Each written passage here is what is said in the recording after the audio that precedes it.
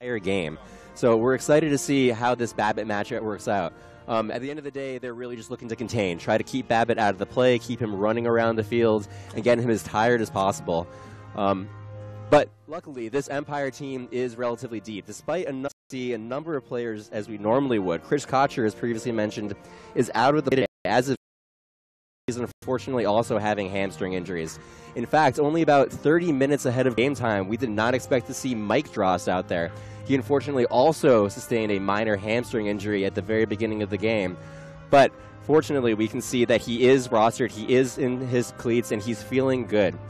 He was questionable up until game time, but we'll see how much playtime he actually gets. He might be a little bit slow to get running out of the gate, but we're excited to see him out there. Another stalwart, we've seen a lot of big plays from Ryan Holmes over the last year. He was a big guy for the New York Empire in his rookie year. He was not be on the roster today either. So we're seeing a lot of rookies for the Empire.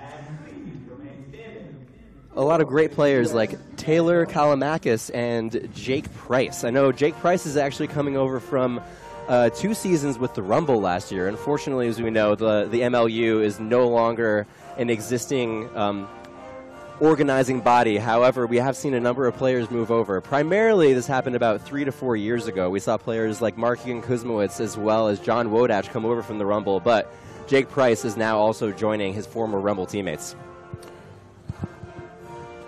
So again, if you missed it, Tony Leonardo over here had an amazing introduction by Stefan Dicker, my co-broadcaster, but we did not get that on the audio. So we are going to hold for the national anthem here, and then we're going to do a moment of silence for our good friend, and we'll talk more about him in a minute.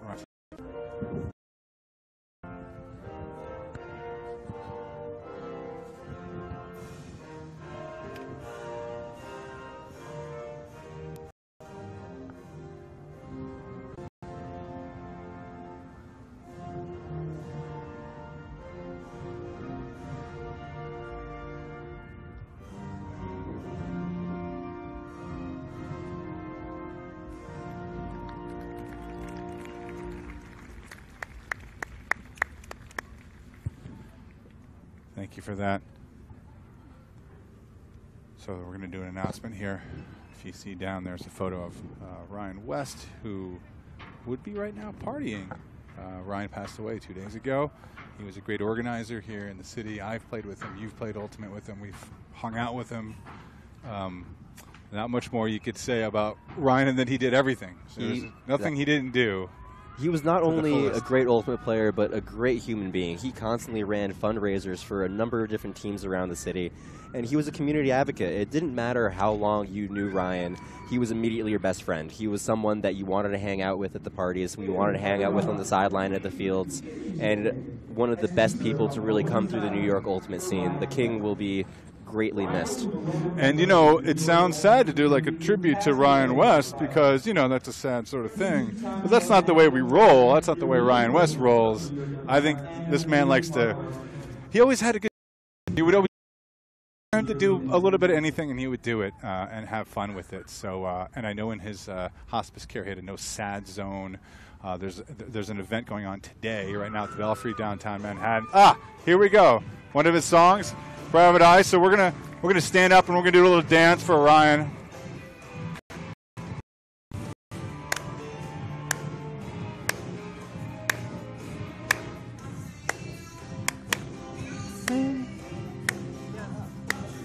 Ryan would he might be a little bit better than we are. Oh, he absolutely dominated the dance floor wherever he went. Dominated the parties. He was the life of everything. Like you said, could convince almost anyone to do anything. Some of the most ridiculous things have come from the amazing Ryan West. What have you done that Ryan has made you do? Oh, I think at one point at Ryan's infamous New Year's Eve parties, around 2 in the morning, I think Ryan ended up taking a body shot off of my belly button. Okay, is that it? I just watched this all-day drinking challenge at Disney World. There was the Dare from D. Palmer. I just watched that YouTube video. It's a classic one if you want to check that out. We went hiking in Hawaii with them after. It was me and about a crew of like 10 or 15 other. A lot of them here. Kerry Byer, Squeege is in town right now. Lucas Murphy is in town. I had a graphic of Lucas. Maybe we'll get up at some point from the calendar. of Ryan West. You know, we could talk all day about Ryan West here. I know you've tuned into an AUDL game, but one of the things about Ultimate and any sport really is celebrating the people that play and that bring such a lively community. I mean, this is just one element, is this game that we see here on the field. But there's just so much more going on that makes the sport so special. And Ryan was a constant supporter of his friends on the AUDL. I know Lions that would heckle Chris Mazer all throughout. He had some of the best heckles in the game, but he loved every minute of it. I forgot about that. You're right, yeah. Part of the original Minutemen for the old Connecticut Constitution. Yeah, he would organize bus trips up to the Connecticut Constitution games. That's like right. Party bus, right? It was like get on the party, city here, so having fun. And I feel like Dave Wexler was also a big part of that Connecticut Constitution Minutemen. Wexler says hi, by the way. He definitely wanted you to know that he's a big part of this broadcast. He misses the Minutemen greatly, but he is here in spirit in supporting the Sexler. Mr. Dave Sexler. Oh, my goodness. So for all of you who know Ryan West and have lived your lives with Ryan West, salute to you. Salute to us, to all of us. All hail the king. Yeah, we've been better for it. Now for your Royale, I know there's a lot of folks here from Montreal that will be watching our game live. I was up there last year. I have several friends in the city. An amazing scene they have up there. They love to travel. In fact, Suzanne Walberg is playing on our Beach Nationals team coming up in a couple of months from Montreal. So, and Sparta Habs. Sparta is an old friend of mine.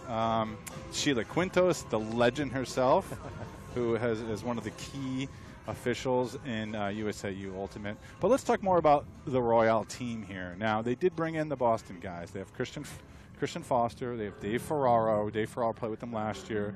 They have Jordan Taylor and Ben Katz.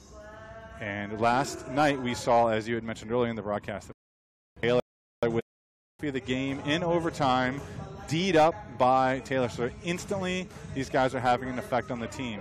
And we talked to Caroline Cador, the coach of, who's coaching the team today, of the Royale, what kind of effect Christian Foster has. And she says, you know, he gets the guys' attention. You know, they'll listen to him when he talks and he gets them focused. Absolutely. With Christian Foster just comes so much respect. This guy has been playing at a high level for so many years at this point that anyone and everyone wants to listen to what he has to say. And he really has had an effect on this young Montreal team. They've noted that they've added a lot of young players. There was a second opening out of Montreal, the USAU club series called Black Box, and they actually have 4 or 5 of those guys as a part of the Royale this year. Mockingbird was the #1 team that came out of there. They actually placed 4th or 5th at USAU Regionals. Very, very impressive. So the Montreal scene has been strong, and it looks like they're only growing stronger. I've unfortunately never made it up to Montreal for a game, but I hear that they have almost 800-plus attendees at almost every single game. Very, very impressive. So look out for Christian Foster. We're asking before the game, who are you going to guard? He said, I'm going to guard Kocher. We're like, Kocher's out. He's like, oh, that's easier for me then, thank goodness. So look for him on Wodach. He also said, what did he tell us? He said there's not a lot of time when you're on the line there. The clock moves so fast that you're just making sure the force is lined up right. But a defensive presence for sure, Christian Foster. Now, on the other side of the disc is the height of the New York Empire. And right now, they have some of their height isn't here. Norton. So we're talking about Jeff Babbitt and Jeff Babbitt alone as the guy who could really rip it out of the end zone. Well, I guess you got to talk about Ryan and Mike Drost as well. You can never salute the Drost brothers. They can do almost anything and everything. Likely we'll be seeing Ryan play on both sides of the disc as well as Babbitt, especially if this game comes close later in the game. So let's look at we see the Royale side, the Royale line here. Number 22, Christophe Tremblay-Joncas. Here's the huddle. Tom Gibbons, Coach Gibbons there, and it looks like next to him, Sean Keegan in the glasses and the hat. He is injured, still coming off of a knee injury that preventing him from playing, and so he's helping coach the team today. You know, Sean Keegan brings a similar sort of repertoire to that of Christian Foster. He has been playing at a high level for a number of years, starting off with Truck Stop, and he actually won a national championship with Bravo only 2 or 3 years ago. So everyone, again, wants to listen to what Keegan has to say. I remember watching the game last year, back when Mazer played 1 or 2 games with the New York Empire, and just watching them rip 90-yard flick hucks to each other. Upwind, downwind, it doesn't matter. So these young guys are part of the New York Empire, and they are a younger team again than they used to be. We've got a lot of new guys that are here to the city. Those like Harper Garvey, Sam Little that was previously mentioned. So we've got a lot of guys who are in their early 20s that could stand to learn from a veteran presence like Sean Keegan. Yeah, Keegan can bring it. So expected starting lineups as we see the pulling team, and that's Foster right there with the disc, number 11. Known far and wide as one of the best pullers in the game. If you happen to watch USA National Championship last year and Ironside win the division, win the tournament, that was the man you saw pulling right there, number 11, Christian Foster. Next to him, I believe, is actually Ben Katz. Number 5 is Jordan Taylor, his friend. And is that Katz next to him on the left? And you can see number 2 on the line, Dave Ferraro. So all these Boston guys are playing on the same line, really gaining chemistry. I expect a lot of them to be a part of the Ironside crew again this year. But for now, they're focused on pro. They're focused on winning game number 2 for the Montreal Royale. Yeah, Katz number 28. And then we'll see who's out for. I see Harper Garvey already on the line for the Empire. Harper Garvey will definitely be a man to watch. He had, let's see, it was 5 assists and 1 goal last game. However, he also had 6 turnovers. So he did. there's an upside and a down to Harper. Fair amount of turns. And here's the pull. And let's see. Picked up to Garvey. Garvey looking downfield. They did change up some things, I know that, where they're going to look for some quicker attacks if needed. Swung over to Lamar. Lamar. Back to Garvey. Sorry, that was Pippin Aletta, number 4. All right, Aletta looking. Aletta with the left release. He's going to have to dump it back. Easily picked up there. Back to Garvey looking. Not seeing a lot open up downfield.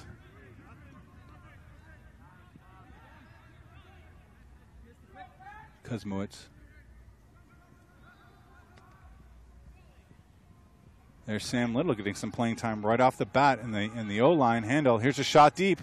He's got an open man. Is it going to be there? Oh, it's just out of reach. So close. Just tipped off the hands of Connor Klein, another guy who's also new to the Empire. Played his first game just 2 weeks ago and comes to us from Minnesota.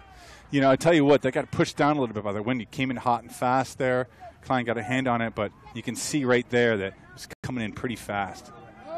We're going to see the wind go from right to left on this field. So right now, Montreal is working it upwind. And as they should, they take their time and move it in a kind of a cross-field horizontal stack as as Empire looks to settle into the defensive spot. And right now, not so well. Ferraro with the disc. Foster. Foster looking. Dumps it back. That's Daigle. Number 49. But right now the disc is Maxwell Rick. Max Rick drops it down. That's a D. A great play there. I believe that's Kuzmowicz. Let's see if they'll put it to him. No. Klein drops it back down. Great handler defense there. Big hammer coming up. And it's caught by Kuzmowicz. He leaves it up for Connor Klein. This should be a goal, and it is.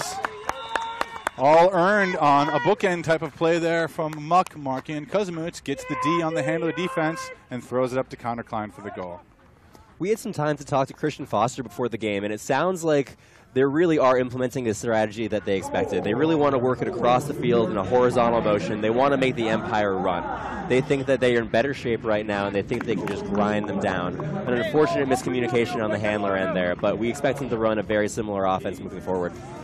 Great catch there by Kuzmowicz as you see that replay. I mean, he had to go up early for that. He's got a taller man on him, and he did the job. Now, we know Toronto's going to – sorry, I keep saying Toronto. Canada, pardon me. I do have Canadian heritage. I am allowed some leeway, hopefully. They're going to be a little tired, though, Montreal, from their last game in Philadelphia. I do know they had a quick turnaround. I think it was shower, bus, eat, travel, sleep, wake up, get ready for this game here at 1 o'clock at Coney Island. They finished their last game no more than 14 hours ago, so we'll see how legs play into it.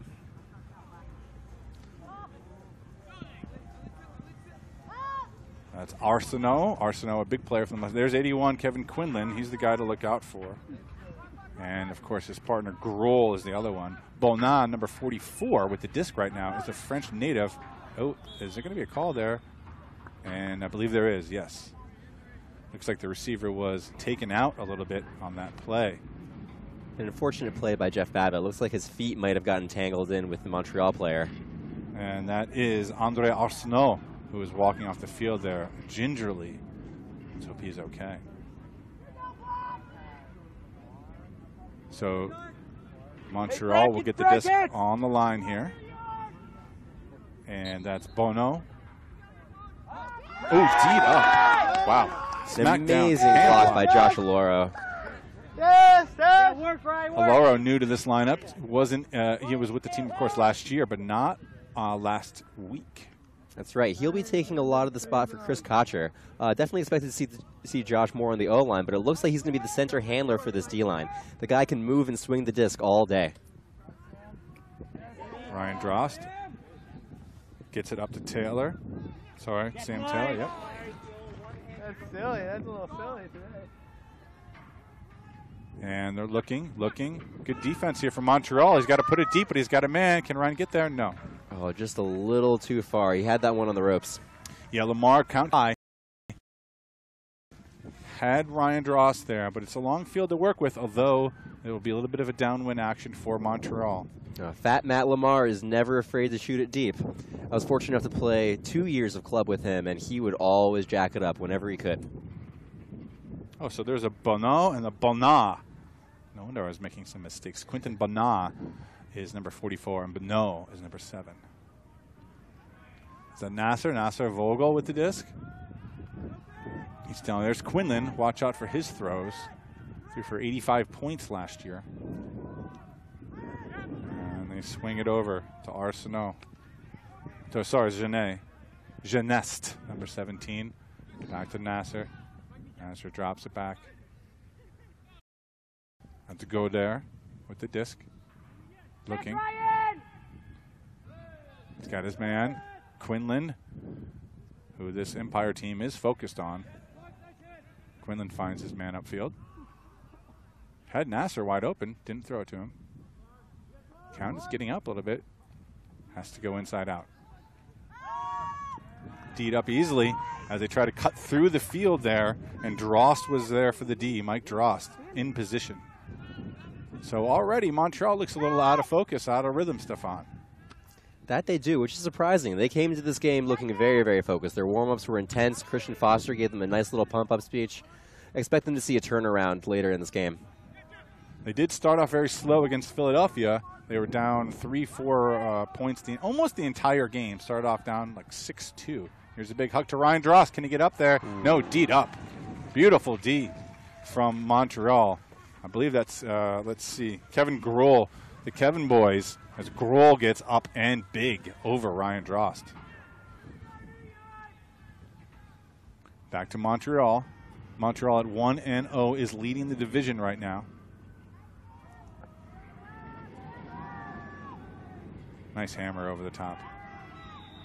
There's a whistle. Let's see what happens here. That might come back. That was a nice catch. Quentin Bonand to Genest. But let's see what happens here. Stefan, can you tell? Looks like there was contact down the field. They'll be bringing the disc up really 10 yards ahead of the point of contact. Okay. There's Michael, one of our referees. Michael, it looks like a timeout has been called by Montreal.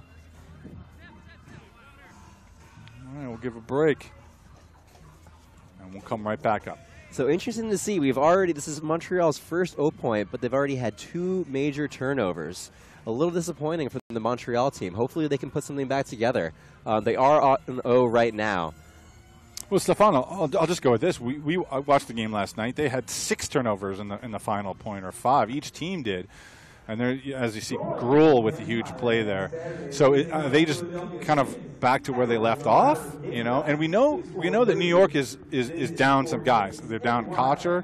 They don't have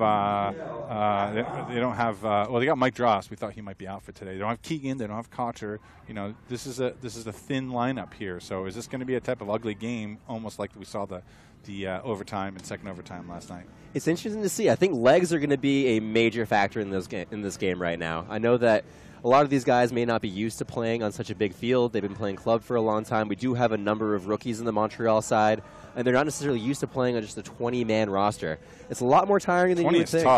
20 is tough. If you don't have a good reserves, it makes it hard. Like you're counting on to run hard out there. And the stall 7 count, trust me, after having played Empire for 1 year, it's a lot. It's a big adjustment to make within your game. You got to keep the disc moving a lot more. You yourself have to be a much more active player. In USAU Club, you can tend to sit back for a while, but not over in the AUDL. Daigle throws it deep, and it's caught. No, it's stripped. No. What does Foster say? Is there a ruling? Looks like he came down with it clean, and then it came out of his hand with Taylor there. Well, it looks like he grabbed the inside of the disc, but no call from the referees. A questionable hunk from Daigle, but it worked. Waving out to my father. My son is here somewhere, so we'll see those guys. Nice little hammer there by Kocher. There's a Loro. Welcomed back to the lineup. Defense is good. A little body on the mark there, not called. Taylor, another body.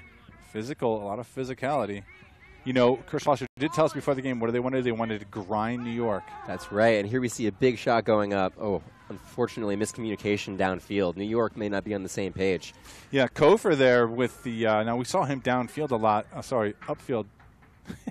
Stefan, do you remember if it's upfield or downfield, would you say? Like, I remember questioning Jim Parnell about this. He's like, what do you say is upfield and what would you say is downfield? He's like, oh, well, it depends on the blah, blah, blah. Oh, it's true. I tend to go by the wind. So right now I think that Montreal is going downfield because the wind is actually downwind. We see a huge shot coming up right now. Beautiful throw. And Montreal has their first goal of the game. After a very, very long point, they must be tired. New York has to be happy about that, though. Tiring out those main O-line guys, it's got to be tough for them. Well, yes and no, incorrect, because, Stefan, that's the D-line right there. So that was Christian Foster who bombed it to Don Duran. So the D-line for Montreal may be getting tired, but that was a New York O point. Well, actually, sorry, Tony, it was a D point, but they called the timeout and they subbed in a lot of guys. So that's why you see a lot of these Boston guys in the line right now. So technically that was a hold for Montreal, tidying up at once. And here's the throw from Christian Foster. Beautiful. A little touch on that. He read the wind there and was able to loft it up with the forehand side. Fantastic throw. I think our mutual friend Ignacio Yees would call that an air biscuit. Air biscuit. So that means it just sails in nicely, that you're ready to eat? Absolutely. Okay. Shout out to Iggy. So now that the D-line was just out there, let's see if Montreal mixes it up a little bit. Obviously, Foster not pulling, and instead it looks like Max Rick will do the honors. So already they've pushed Babbitt back twice as a thrower, Stefan, and it's worked as those connections have not come through. They're really just trying to limit the amount of interaction Babbitt has in and around the disc. Here's a look downfield. He's got an open man, and it's caught. And that's Sam Little getting into the action. I like his height. I like his range. And he was handling just last point, and now he's slipped into the end zone for the goal. Sam Little coming to us from University of Georgia. He was actually their Callahan nominee last year. And this guy can run. He can play defense. He can do it all. He's got the great throws, but he is actually known for his speed. Well, they're going to need him in this game, and that was beautiful. He looks like Chris Kocher out there with that haircut and that height. We saw his former Georgia teammate Parker Bray light it up Easterns a couple weeks ago. We do have the end of conferences coming up this weekend. A lot of teams have finished up now, and we will have our full college season regionals field set after today. So hopefully we get time to check in on some of those scores. We're coming in Jake Price, again, his rookie game with the New York Empire with a big pull.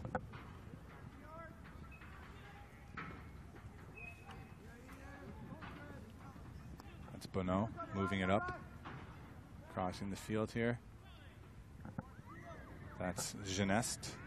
Geneste gets it up to Arsenault. Arsenault looks. And across the field to Nasser. Vogel is open. Drops it back. This should be an easy score, and it is. That was a really resourceful throw there by the Montreal Royale. Saw that that Nasser was wide open on the break side. Put a nice little blade up. Beautiful, beautiful throw. Yeah, it's a nice fearless throw to be able to put that over there and not worry too much about somebody getting it to there. And enough edge on that blade as there it is. And you're right, wide open, no problem. And the connection. We should point out to our viewers at home that it is not a light wind day. There is a relatively significant breeze. It's been a little bit cross, a little bit going, as we mentioned before, from right to left, sort of towards that top right corner of your screen over there.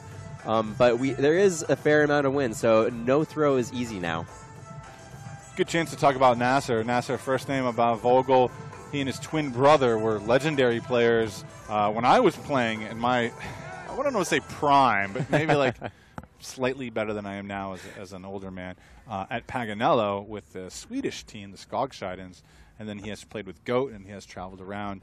Great to see him here in the AUDL with the Royale. A true nomad of Ultimate. I believe he's also played a couple of games with Clapham United over in the UK. He likes to mix it up and play with pretty much everyone. Also a mainstay for the French national team. Yep. And in all those games, he's one of the best players on the field. And one of the most experienced veterans. Montreal is very lucky to have him on the roster this year. There's Garvey finding his man Kuzmoch coming in for the straight cut. Back to Garvey. So they're running more of a vertical set here. Now we know last week they ran, 2 weeks ago they ran a horizontal. Sam Little after the great catches on the field and finds Garvey.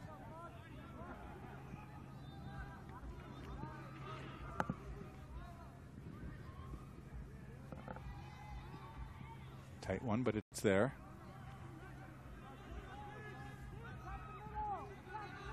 So they're not gaining a lot of ground here as Brooks and Garvey and Klein are moving it around.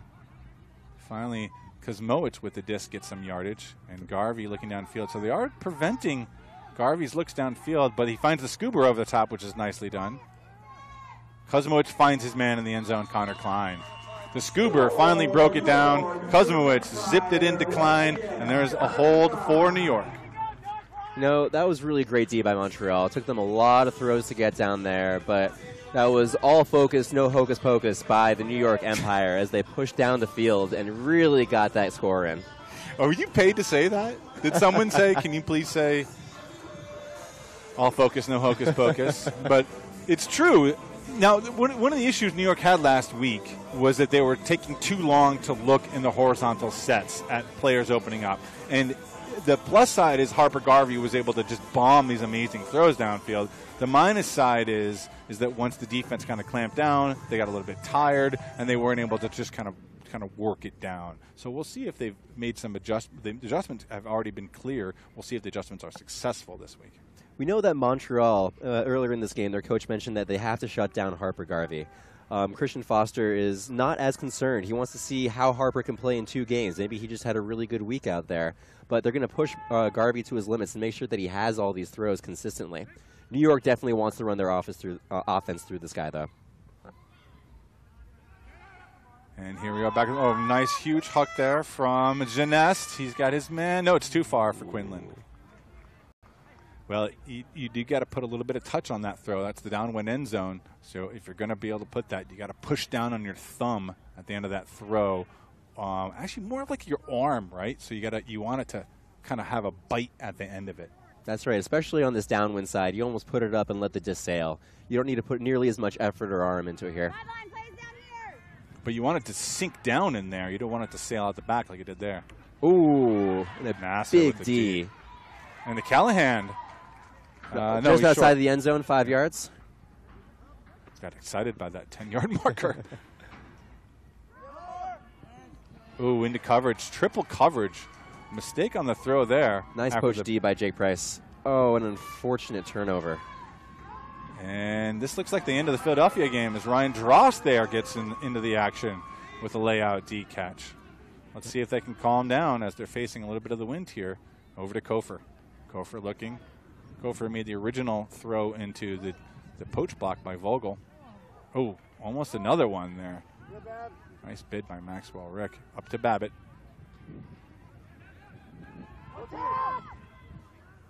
Over to our man, Matthew Lamar. What do you call him, Fat Cat Lamar? Fat Matt Lamar. That's coming back. There was a whistle before that play, so that's a timeout, New York. Oh, well, that was definitely an exciting point, to say the least, the point that we're still in, but a number of miscues on both the Montreal and New York side. Fortunately, New York making a number of great plays. We saw Jake Price with a great poach D in there. Mike Dross, per usual, being more athletic than almost anyone else there. And Vogel on the Montreal side coming with really a fantastic D. A way to come down with it in the second effort. So a lot of fantasy points generated in that point right there. We just saw Price make a D and throw a D. Dross with the layout there. So I believe stuff on Beach Westerns going on this weekend as well? That's right. Beach Westerns is going on this weekend. You know, Tony, I believe you have also attended Beach Nationals for the last 2 years, if I'm not mistaken. That's correct. I myself have also played on the Beach Nationals team over in Virginia Beach for the last 2 years, with one time a team from Michigan and most recently a team of former Youngbloods New Amsterdam players with a little bit of a socialist theme. We went as Weekend with Bernie. Oh, yeah. And this year we're going as Sleepover at Lennon's. Very, very excited to come down with them. So this will be year 3 for me. But we likely won't see a number of West Coast teams since there now is this creation of, you mentioned, Beach Westerns versus Easterns, yeah. So the Empire have subbed in their offensive line here as Harper Garvey will pick up the disc. After the series of plays now, and he finds his man Little. Facing a little bit of wind here, back up to Harvey. Harper. Harper's got it out of Knox College. Spent his time in Minnesota growing up. A little high, but Little gets it. Climbs the ladder. Nice little break mark there. Oh, drop by Kosmowitz. Uncharacteristic of Kosmowitz. He usually has fantastic hands and comes down with almost everything.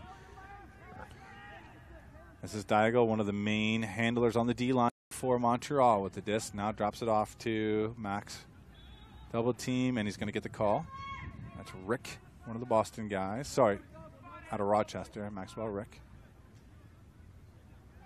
He's guarded by Peter Kalmaikis. Swings it to Diago.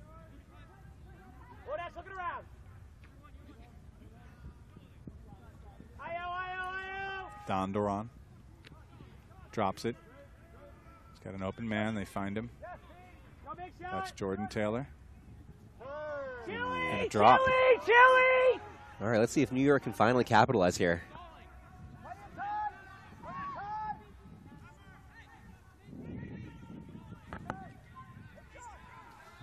Sam Little swings it. I just saw a little... Oh, big huck. I don't know, a little iffy, but it has enough edge to it. Kosmowicz finds it, drops it off quickly. Oh, a little too fast. As you can see, the clock was running down there, so I think Kosmowicz just wanted to put it in the end zone and see if someone can make a play. Yeah, that's what that was. That was close, too, and that's why 2 crazy throws go up. So that's the end of the first quarter, and 3-2, the New York Empire, and a very sluggish game to start here. No kidding. The highlights really all on the D side, a lot of turns from both sides. We'll take a break and come back with you.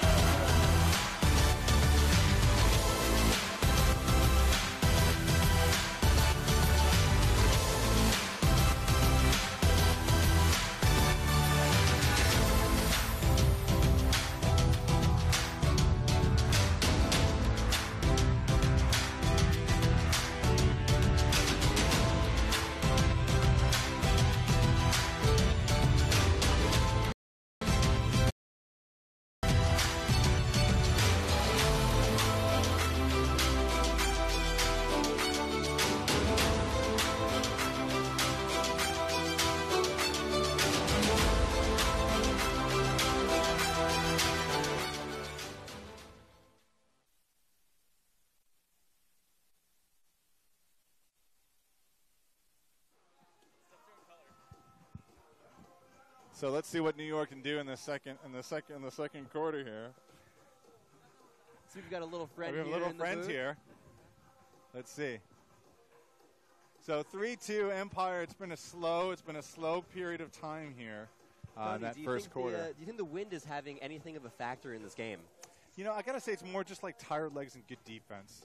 Like both teams know that, you know, if they really crank down on defense and everything, there's a lot of missing people on the roster here, right? So New York's missing some of their exquisite handlers. So the wind is a factor, but yeah, these guys can play in the wind. This is a pro ultimate team here. This shouldn't be anything crazy. I mean, the wind is coming off. We can see the beach right over there. It's coming off the ocean, and that's what's going on here. But it should be just fine. Should point out that we haven't actually seen any breaks in this game, a number of turnovers, and in fact a number of timeouts where people have subbed in their O-lines, but those O-lines, or at least those O-line players, have been unable to convert. I mean, it's not a very great game so far. I mean, it's 3-2 as we're seeing the highlights, and they are great highlights, but not a lot of crisp offense so far. Now, hopefully both teams can get out of their head and start to pull it together for the second quarter. We know that there's a lot of talent on both sides of the disc here. Hopefully they can just start communicating a little better and pulling their lines in. Yeah, and we'll see. I mean, this is a game of attrition. We'll see how long they last before you get some tired legs. So Montreal to start on offense for the second quarter.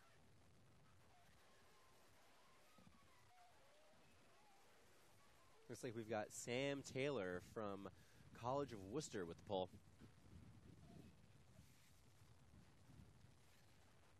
And it's up.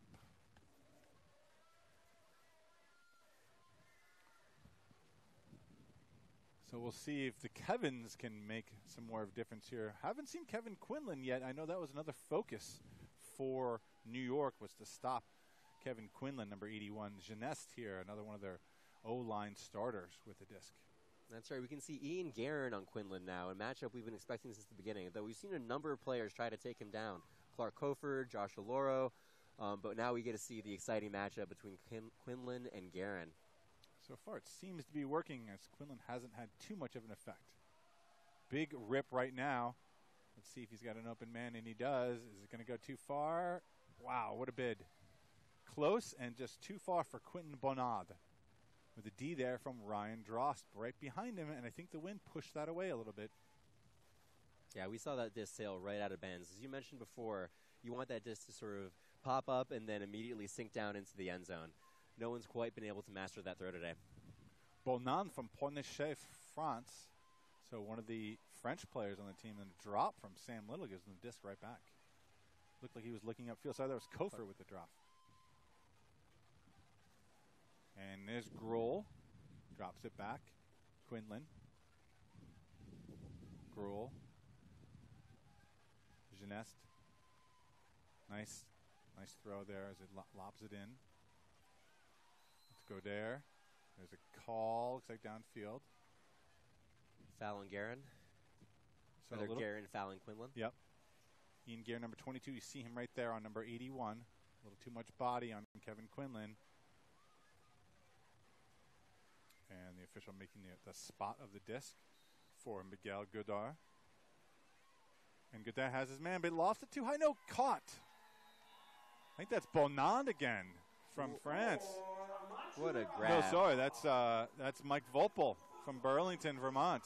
Volpel get up in the air. So well done. What a grab. That really was fantastic. He got a lot higher than anyone expected.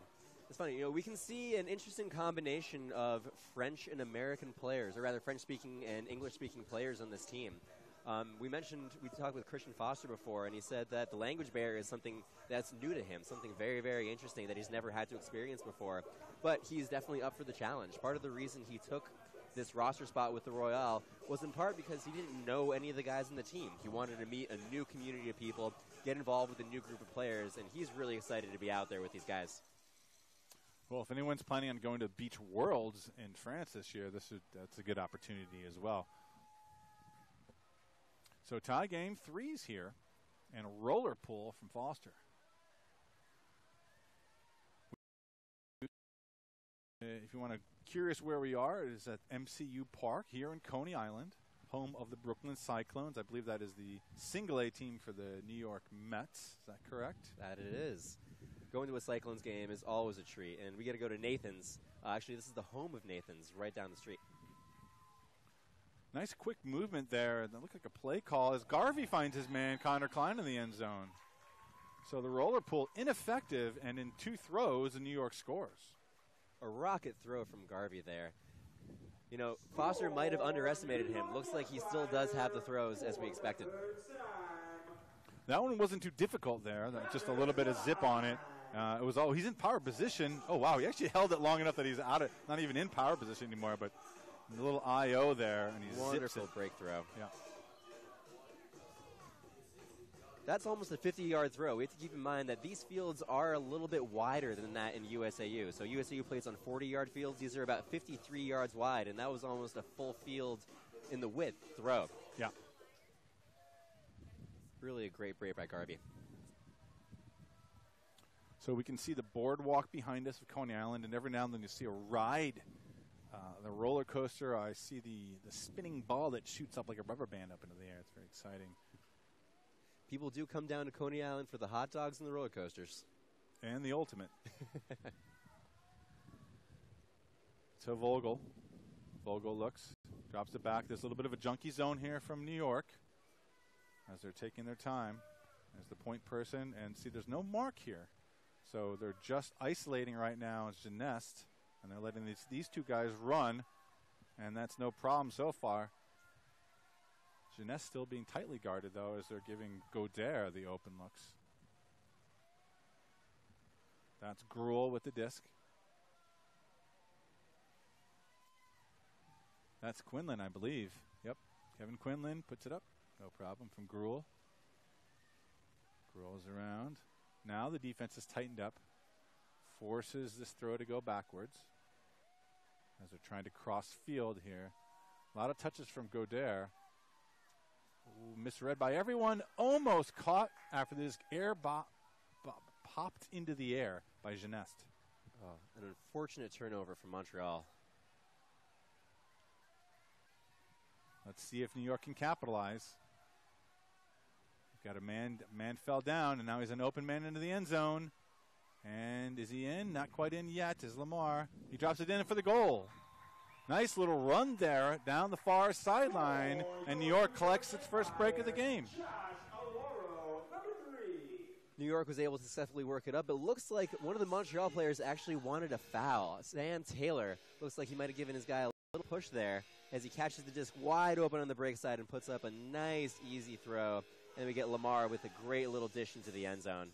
I did see a Montreal player fall down, and I wasn't sure if you think that might have been from the push or that was the contestant. Well, he put his hands up there, clearly looking for something from the referees, but the referees were not willing to call it. It can be a little slick out there. Just playing on turf in general, I don't know how you feel. I tend to get a little bit less traction. I know that it doesn't hold water quite as well as the grass might, but it can be a little tough to cut out there. Yeah, if you know, these are the turf fields that have the little rubber pellets in them that are prevalent, so probably every single player out there has a number of those pellets in their shoes by now. It's that field. And you always hear different opinions from Ultimate players, whether or not they should wear turf cleats or just the regular cleats they normally play on in grass. Most of these guys out here, I believe, do play just using regular cleats, but Pippin, for example, almost exclusively plays using turfs. Let's see if Montreal can respond. Now down a break. Down 2.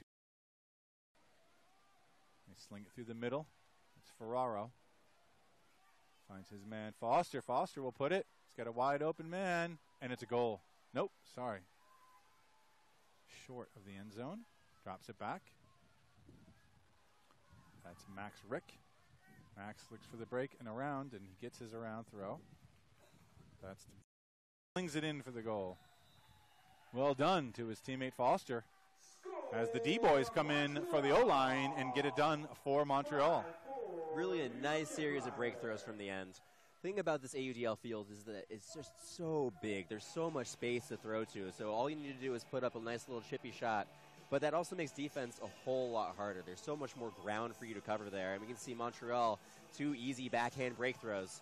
I'm not sure if the New York defense broke down. Wasn't sure quite what they were forcing. It looked like flick for the rest of the field, but those backhands were just too easy at the end. I mean, what strikes out to me is that, okay, Montreal says, listen, we're going to put on our D-line. If our O-line isn't going to get it done, we're going to get our D-line out there. I don't know if they're going to switch every other point. Now the D-line's staying, basically the same line staying out there, or if they just wanted to spice it up a little bit. That's right. We can see the Boston guys who usually play D-line on that O point over there. Definitely a universe line slash very important for them to score on that. So they'll bring in whoever they can to score. Close one from Kalmikis there. I think if he dropped that, that could have been a turn. Garvey to Taylor. Taylor Brooks, that is. Ooh, tough one, and it's D'd up. David Ferraro streaks through. And that was a risky throw through the middle that Ferraro absolutely ate up. That's what Ferraro really excels at. That kid is so incredibly fast and has been for years. Played a while for Pony and most recently with Boston Ironside, helping them win a national championship. So let's see if they can capitalize on it. It's the D-line boys out again, and now it's a hanging throw. Ferraro reads it, but no, he can't get it. It floats over everyone, and Kalmikis picks it up. Finds Garvey. Garvey's got a man downfield. He'll sling it. He'll rip it deep. He's got that throw, and it's hanging up nicely. It's not quite in. Is it in? And they're calling it a goal. Fantastic throw from Garvey. He's still got it as he lofts one into the end zone with the forehand from 65 yards deep. Really a great throw from Garvey, and you can tell how windy it is. That was about, what, a 40-yard throw there? Hard to get it upwind, but Garvey still has it. He really does have all the throws here for his second assist in the game. That was more than 40 yards. That was you can see where he gets it. He's going to get it at the 40-yard line maybe. And here's it goes over. Kalmikis picks it up, gets it over to Garvey. Here he is right there and lifts it. Absolutely bombs that thing. And that's a nice little turnaround from New York if they're at a risk of getting broken. All right, let's see how Montreal can respond. Do we see any of the Boston guys on this line? Doesn't quite look that way. They have their standard O-line out, trusting them to put this disc in. Yeah, it's got to be the Kevins. It's got to be Quinlan, Gruel, Nasser, Vogel, and Donderon is usually on the O-line. Geneste. There's Quinlan. Drops it back. They're looking.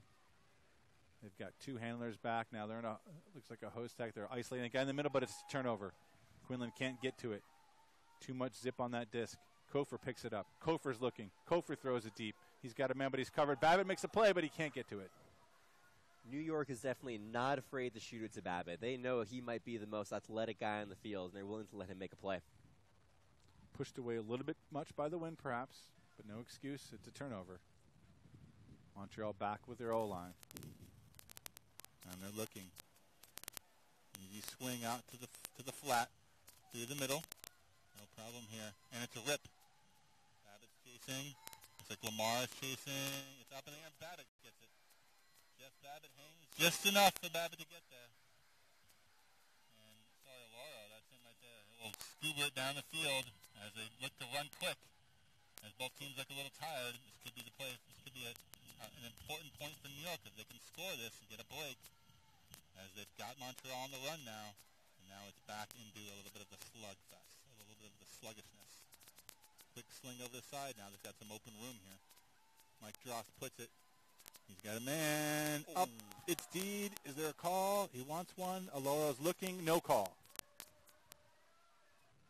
Unfortunate play to coverage over there. Yeah, he wasn't quite open. A little surprising. And Quinlan, I believe, was able to get there first. Yeah, we've seen this D-line willing to shoot it deep to almost any of their guys, let them make a play on it, but it hasn't been working that well. Timeout from Steve Bonneau as Montreal will try to regroup facing this wind, and after several chances, maybe legs a little bit heavy, and we'll come right back at you.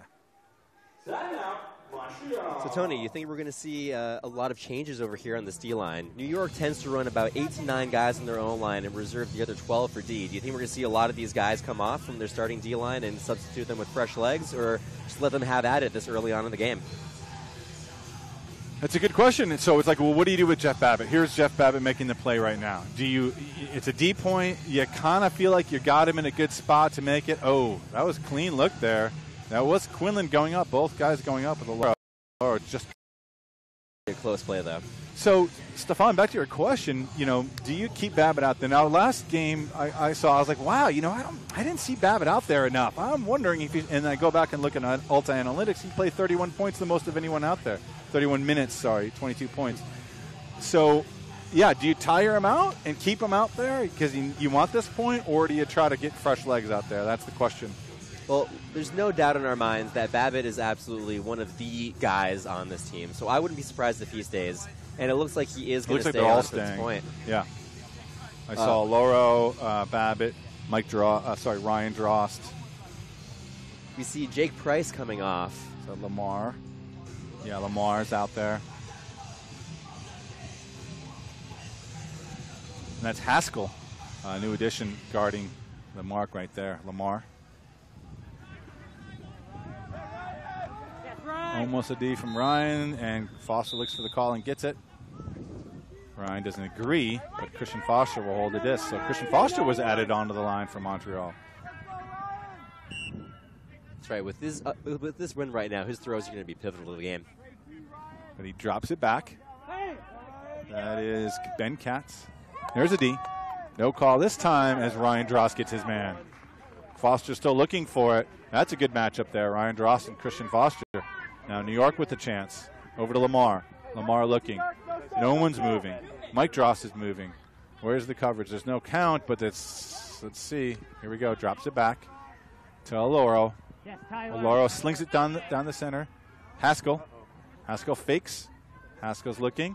Haskell rips one up. It's a little risky. Oloro gets it. Oloro wants the hammer. Doesn't have it. No one's cutting too well. The offense is a little sloppy. He does find the hammer now and sails it into the dugout. And Stefan, not sure what the holdup was there in terms of, I don't know if the Babbitt cut is cut off or just sailed on Oloro there. Looks like it just had a little bit too much zip on that throw. Oloro really is one of the best handlers, has some of the best throws. He actually played on the U23 Worlds team just 2 years ago, so he's got all the throws, all the cuts. Unfortunate to not see him make that play. That looked down to me, but they call it up. Nice pickup there from Quinton Bernard. Cats. And they're trapped on this sideline now. Back to... Oh, it's a tight window, but Foster gets it. Ryan Drost and Kristen Foster has proven to be a fun matchup to watch as Max Rick slings it over to Bernard. Oh, and Drost gets this one as it's a little too quick on the release to Christian Foster. He wasn't quite open. Kofer picks it up. Kofer looking. Kofer drops it to Mike Drost. Back to Kofer. Slings it out. Oloro. No one's moving too far. Babbitt. Babbitt will put it to his man. He's open. Lamar. Kofer cutting downfield for him. Lamar holds it. Looking. Now he throws it to Babbitt. And he's got it. Wow, they look tired out there, but Babbitt collects the go from Josh Oloro. And that's a break for New York. Another marathon point with what we must have seen 2 to 3 turnovers on both sides of the disc there, Tony. But New York finally manages to put it in. Well, we know Montreal tired from their double overtime win yesterday. And coming down. There's the bid from Drost that was not called, but he gets this one. So 3 points involved in this play here between Ryan Drost and Christian Foster. Foster talking to him. And that one, oh, nice pickup there. Like we said, Bonnard from France. And now we'll see the final one. Lamar says, you know what? I'll put it to my man. And Babbitt with the trademark two-hand catch. That's right. He does love that two-handed grab. Rarely actually ends up standing up in the end zone, but he comes down with the disc, and that's all that really matters. Jake Price with a big upwind pull. That is pretty monstrous. About 65, 70 yards in this wind. Impressive. It is a nice pull. Pins them back. But they are looking now downwind. And now they've got some open space here. We see some fresher legs for Montreal. And the scuba over the top is, oh, it's dropped. A little too far, a little too fast. Let's see if New York can capitalize. Sam Little with the disc. Up to Guerin. Price. Price will crank it. Does he have a man? He's got a bunch of men there. Tipped and caught. Oh. That's Sam Taylor, and he drops in it for the goal. Sam Taylor makes a fantabulous play there as he tips his own disc and then with the wits collects it off the tip and finds his good pal Tim Kaminas in the end zone for the score. Watch this Price throw go up, collects the crowd as people gather under it. Taylor's got it the whole time and right there catches it. Really a smart play by Sam. He doesn't immediately try to throw it to Wodach on their side, but waits patiently for Tim Caminos. Just a nice little backhand to the fore side. Really easy, and that's another break for the New York Empire. Those are the kind of plays in a sloppy game that can make the difference when you collect a garbage, get a lucky goal, and maybe that's the type of thing that New York's going to need to get over this hump here. Something that Montreal could use. They look a little out of sync is really the only way to put it. That they do. Right now in the D-line, we can see a lot of those same guys staying out. We actually have Harper pulling for the D-line. Let's see how this goes. I guess New York is comfortable. They have a 4-point lead. They may not think they need him as much on O. Let's see what he can do over on the defensive end. Oh, really painted the corner on that one. That was a beautiful throw. Nice. Nice pull. Montreal working in the wind and a little hose stack. Ferraro in the middle. David Ferraro finds his guy. That's Jordan Taylor. Drops it back down to Max. To Rick, finds his up. Nice catch there. Back to Daigle. Ferraro. They're trying to be patient and it's working so far. As the Hucks haven't been so successful. Jordan Taylor, back to Ferraro. Ferraro on the O-line. A little high, but no problem. Taylor, Daigle.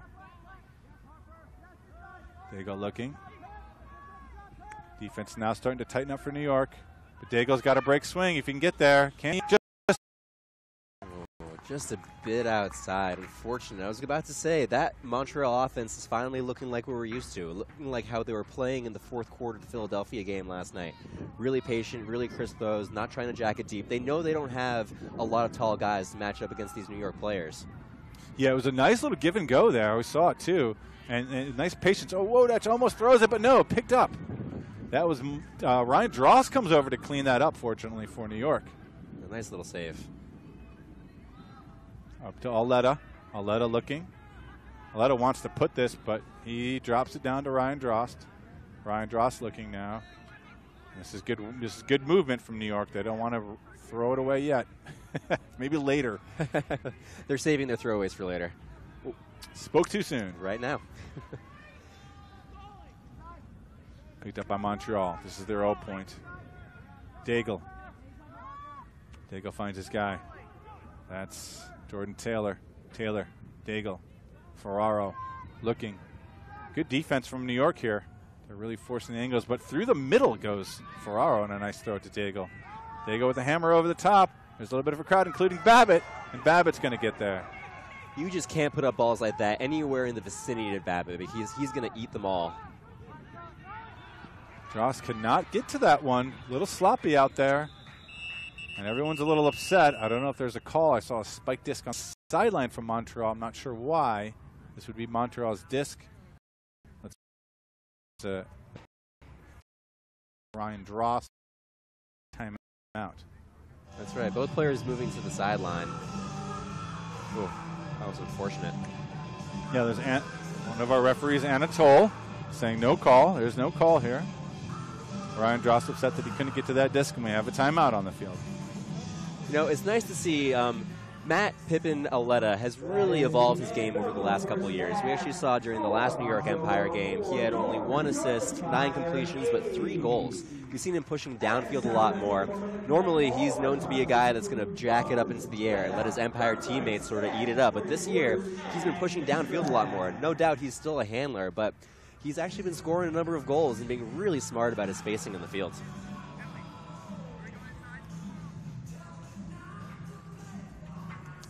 End of the clock. Rolling out for halftime here. So New York up 8-4 to end the half here. Very slow, sluggish, tough to find a groove in this game, Stefan. We'll see what comes back in the second half. We'll roll in some cool stuff to watch, and we'll be back with you. Thanks for watching.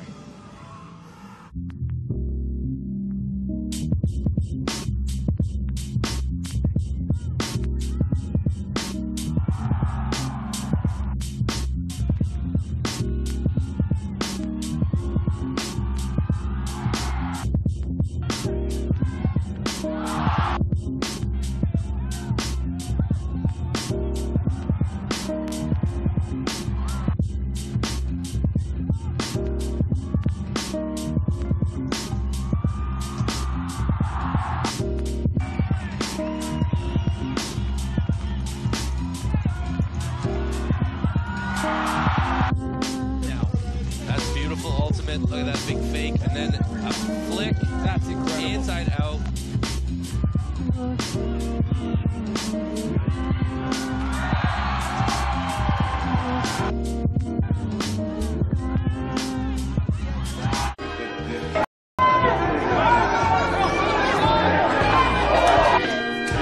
Monroe's the intended recipient.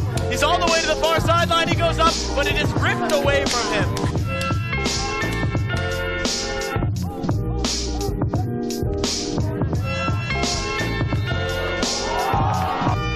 Offense, they catch it in the opposing end zone. Deep shot. No, and it's a deep shot immediately. It's Muck sprinting deep.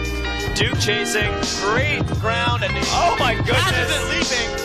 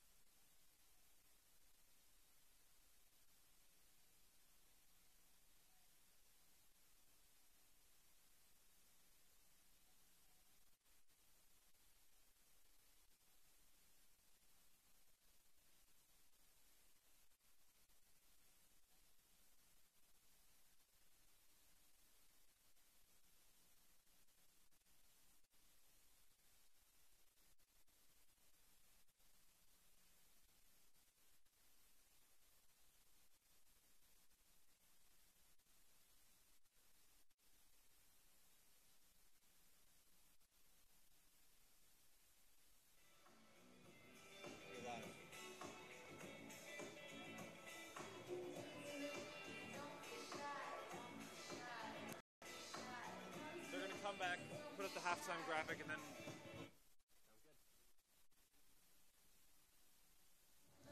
Whenever you're ready. And we're back live from MCU Park in Coney Island. Montreal Royale versus the home team, the New York Empire. Empire currently leading 8-4 at the half, and is what has been a little bit of a sloppier game than we're used to from the hometown. Now, New York fashions themselves a team that can really grind through, but let's see what happened really here in the first half. Couple of big throws. The wind has certainly been a huge factor here, but Harper Garvey with, I believe, 2 assists in the first half. A nice break throw there and a beautiful series of hucks earlier in the game. We've seen Montreal working it around backhand breaks, easily working it up the field, but still down 4 points after.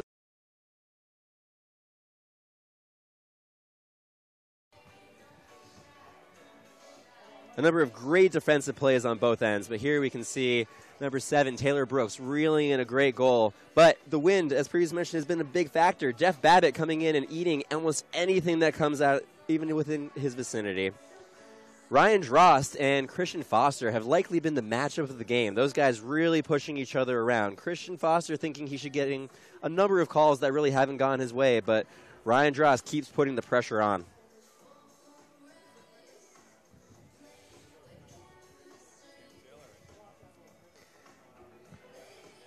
Sam Taylor making what might have been the catch of the first half, really just sticking with it. What a smart guy and a smart player, following the disc after it was touched by several other of the Montreal players.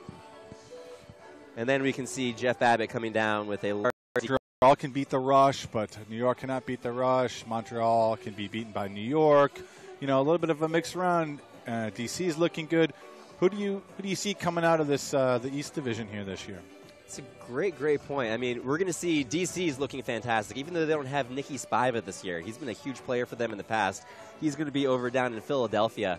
And Philly was looking strong last night. They had a consistent 3 to 4 point lead pretty much the entire game, right up until like the middle of the fourth quarter, where Montreal made an incredible run, punching in 3 straight breaks and tying it up, pushing them to double overtime, where we saw a marathon of a point with multiple turnovers at the end. But Montreal coming through with a big hammer at the end to win the game. So in my opinion, I think Toronto is still the team to beat out of the East. We did see DC dismantle them. I mean, absolutely, just really took it to him, by 10. Fast, quick.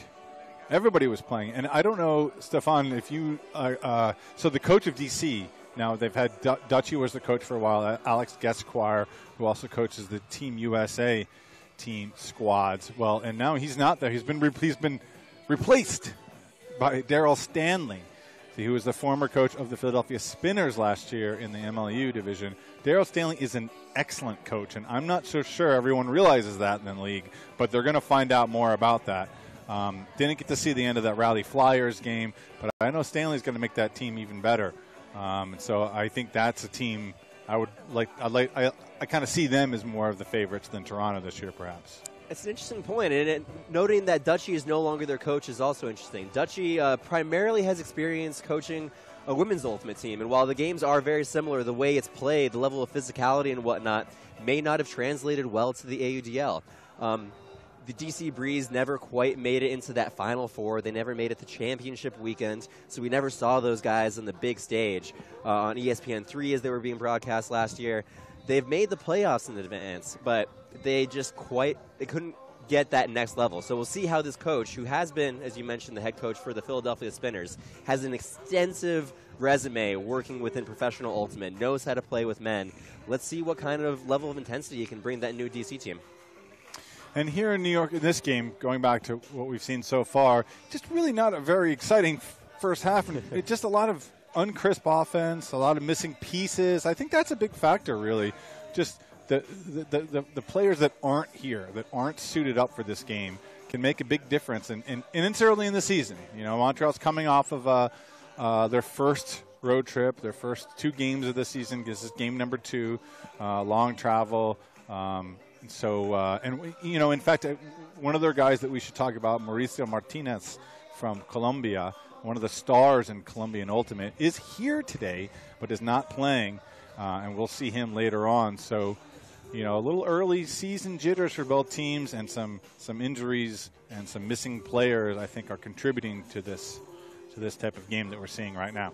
Still very impressed to see Mauricio here at all. Apparently he just arrived in Montreal less than a week ago, but he's already been rostered. They know the level of intensity he can bring to the game, as his resume from Columbia stands out amongst all those other players. We'll see what he can do. I'm a little disappointed to not see him rostered. He can definitely bring in a little extra spice, a little extra juice. I thought he would be. He's out there throwing the disc. Why not have him play? So, but maybe they didn't get him in on time. He might, I know he just arrived in Montreal, I think just a couple days ago. Yeah. So he might have just hopped on the bus, but maybe not enough time to get him rostered with the AUDL. That's right. Possibly just not enough time for Montreal to be comfortable with him. You definitely want to make sure that all the guys have at least a little bit of chemistry going forward. You don't want to be the first time they touch the disc together to be in a live stream game. He also may not know the set plays that Montreal has, but I'm confident that he's going to be in, if not the next game for Montreal, certainly the one after that. The level of experience he brings is just too valuable for that team to let up. Choco. Well, already they've brought in, they have Bonan and Bonad from France. They have Nasser, of course, from whose brother lives in Copenhagen, who play with Skogscheidens, and is from France and is living in Montreal. They have 4 guys from Boston area. Sorry, 5 guys from Boston area if you count Max. And then you have Ferraro, who played with him last year, and then Kevin Quinlan coming over from Rochester. So already this team has folks from sort of all over the place, not just Montreal and Quebec City. Certainly. They like to import a lot of their players. And it's funny because we actually saw Toronto is usually the kind of team that tends to do the importing. We've seen that with GOAT in the past. They brought in players like Justin Ford from the UK to play with them. But now we have Montreal doing the same. And even last year, the Toronto Rush, that's where the Boston guys went to go play. But this year, we see a number of them not going over to the Rush and instead choosing to attack sort of a new community, get to know a new group of Ultimate players. As long as they can keep their core Boston guys together, that's prime for them. That's what their main focus is always, keeping their dudes, and Montreal was willing to take them. All right, we'll come out of our halftime graphic here, and we'll look at our folks lining up for the field here, as we'll get our cameraman set, and we'll get ready for the second half of Montreal and New York here on Coney Island.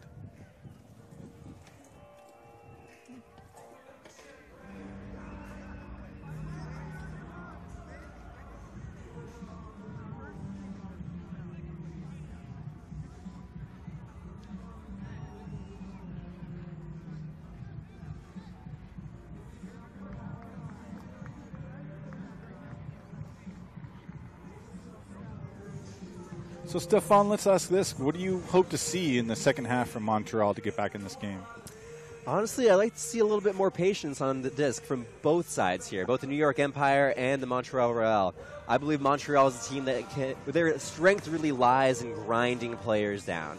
They don't have a lot of big guys to shoot to, so they really just need to work the disc across the field horizontally. So I'm hoping they take just an extra second, put a little extra snap on their throws. We saw a lot of them pop up in the first half, and hopefully they can make the right adjustment just to be a little bit more consistent for the second half. Well, here's Auletta with the disc for New York as they start on offense. Gets it into the middle of Kuzmowicz, who's been open underneath. He's looking for Little, and he finds him. Oh, Little lets it go through his hands. And a quick turn from New York. Foster will pick up for Montreal. He gets it over to his guy, Ferraro. No, is that Ben Katz? No. Sorry, that's Don Duran. This is Dave Ferraro with the disc. And there's a big rip. There's an open man, but no, it's too short for him as Kuzmowicz digs it under. Yeah, we really need to see these guys just being a little bit more patient with the disc, taking that extra second to see, because it is windy out there and there's not a lot of time. I know 7 seconds may not seem like a lot, but it should be more than enough for these guys to make a good decision. Yep, that's a good point. That was a lot of yardage to go in that throw right there.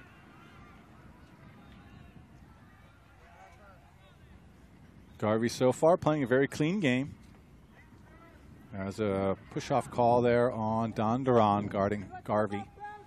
And Garvey will move it up on the sideline here now. And he slings it in for the goal. Fast, quick shot, no problem to Mr. Brooks. And Empire collects the hold. Great cut-up line from Taylor Brooks. Usually teams expect someone from either the back of the stack or the front of the stack to cut in. But here we can see Taylor just coming in from the middle. His defender did not expect it, and he was able to catch him off guard. I mean, that's just too easy. I mean, if you're forced to that sideline, you can't give up that throw. That's the #1 throw, right? Like, you got to be on the other side of him. So I don't know if Brooks caught his man off guard or if Montreal was just poorly out of position there. A lot of times with the whistle, when you move that 10 yards, people get out of position. They don't know when the disc is checked back in, and you lose your guy. But no real good excuse for that. No, Montreal just needs to be hungry. At that point, they're down. They were down 4. Now they're down 5 points. They need to be out there, and they need to want the disc every single time. They got to be fighting for it. Well, again, to your point, last time they took a shot from, like half field. Like, why not just work it in here? And they're going to need to try to do that. I mean, is New York's offense gumming them up that much? I mean, that is part of it. It's true. But Montreal can be better than that. Let's see what they do here. Quinlan has been kept pretty well in check for this game. Gearing has done well on him. There's a big set play look, and it's too far. So they set that play up there as Jordan Taylor lines one up and rips it deep. But there's 2 defenders there, so even if that did stay up in the air, I don't know if that had a chance for a goal. We've seen that throw go up several times this game, and unfortunately hasn't been successful even once. Babbitt digs it out. Slings it back. Kofer. Kofer rips it up. Got his man. Tops it down under. Lamar looking.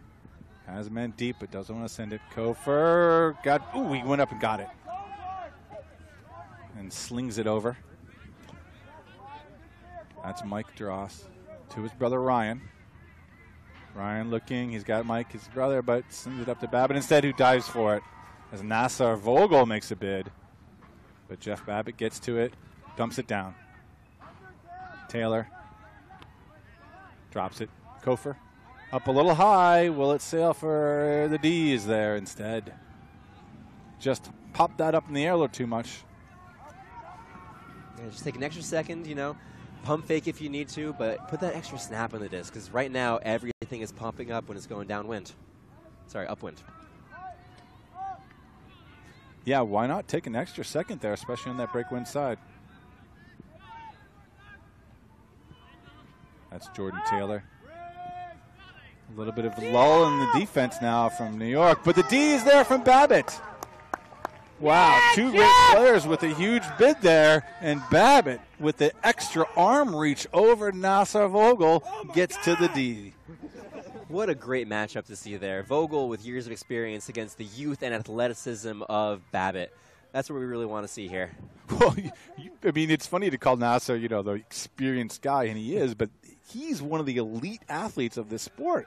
That guy can make any play, and that's no coincidence you're seeing him make these dives. But Babbitt gets the best of him there.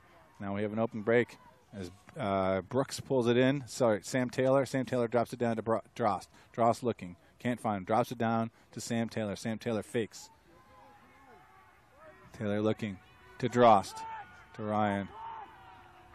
Ryan over to his brother Mike. Mike beat up, but it's caught by Kofer. Kofer looking. Kofer through the inside. Gets it to Taylor. Sam Taylor, tricky move, and he finds his man. Fakes it for a little bit, dumps it up line to Lamar, and New York has got the route on now. They've got a 6-goal lead, and they are rolling. Sam Taylor there again, wielding and dealing. That he's got 3 assists in this game already, and he just knows how to put the ball in the end zone. And it's nice to see how this Empire team has changed over the last couple years. We see both Dross brothers in the backfield handling. We see Sam Taylor in the backfield handling. These are guys who are traditionally cutters. You rarely see them wanting the disc in their hand, but at this point, they've been playing with the Empire for 4 years, and they know each other really well. They can just play in that backfield space with incredible confidence, and it's really, really good to see. I don't know if you saw that highlight reel just go up of Babbitt and Nassar just go to the ground. It was unbelievable. Just both players with a full extension bid, and Babbitt with just an extra inch is able to get to the disc. I guarantee you we're going to see that play on the AUDL highlight reel as it comes out next weekend. Big pull from Lauro on the D-line here. And Montreal really hasn't shown a whole lot on offense, and not sure where they're going to find it. but they're going to try. And Cats with the disc. Up to Ferraro. So the D-line guys are getting their chances again as Quinlan has been bottled up. Cats looking. Donderon will get it. Donderon will get it. Back to Geneste. Geneste. Oh, it's Deed. That's clean. Ryan Dross got it. Wow, nothing working for Royale right now. A hangover from Philadelphia. I mean, that was a late game. That was tired. Ooh, a little overthrow there. Montreal was down 21-18, I want to say, and tied it up at 21. Three straight, 1 hole, 2 breaks. And then it was 22-22, 23-23, and I believe 24-23 at the end. It's not easy to do that. That's a lot of mental energy you're using there. Oh, mental and physical fatigue. I mean, these guys, as we previously mentioned, they're coming off of a Philadelphia game. They're tired, and it's clear that they just don't have the same level of legs that they used to. Down 6 here in the third quarter with just over 6 minutes to go. Garvey there throws into a miscommunication with Sam Little, and it's a turnover. Ferraro looking.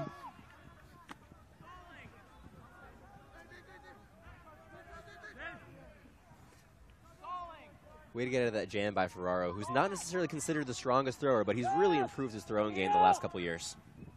Hey.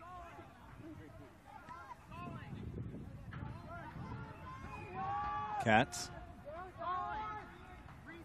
Up to Malik Agosamar.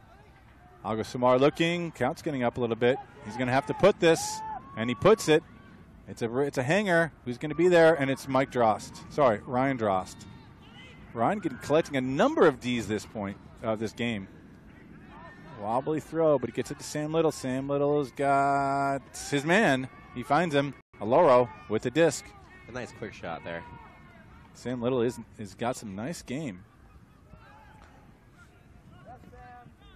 There he is, Sam, and he finds his hammer, and it's for the goal. Bookends for Ryan Drost. He loves those bookends, too. And you're right. Ryan's got a handful of these, 2 just in that point. He's probably 4 or 5 in this game. Yeah. Really crushing on the defensive end. He just seems to find the spot. And Montreal really in no rhythm. Their offense, they're able to get midway. And then from there, it's just nowhere. Like, they don't have open looks. They don't have open anything.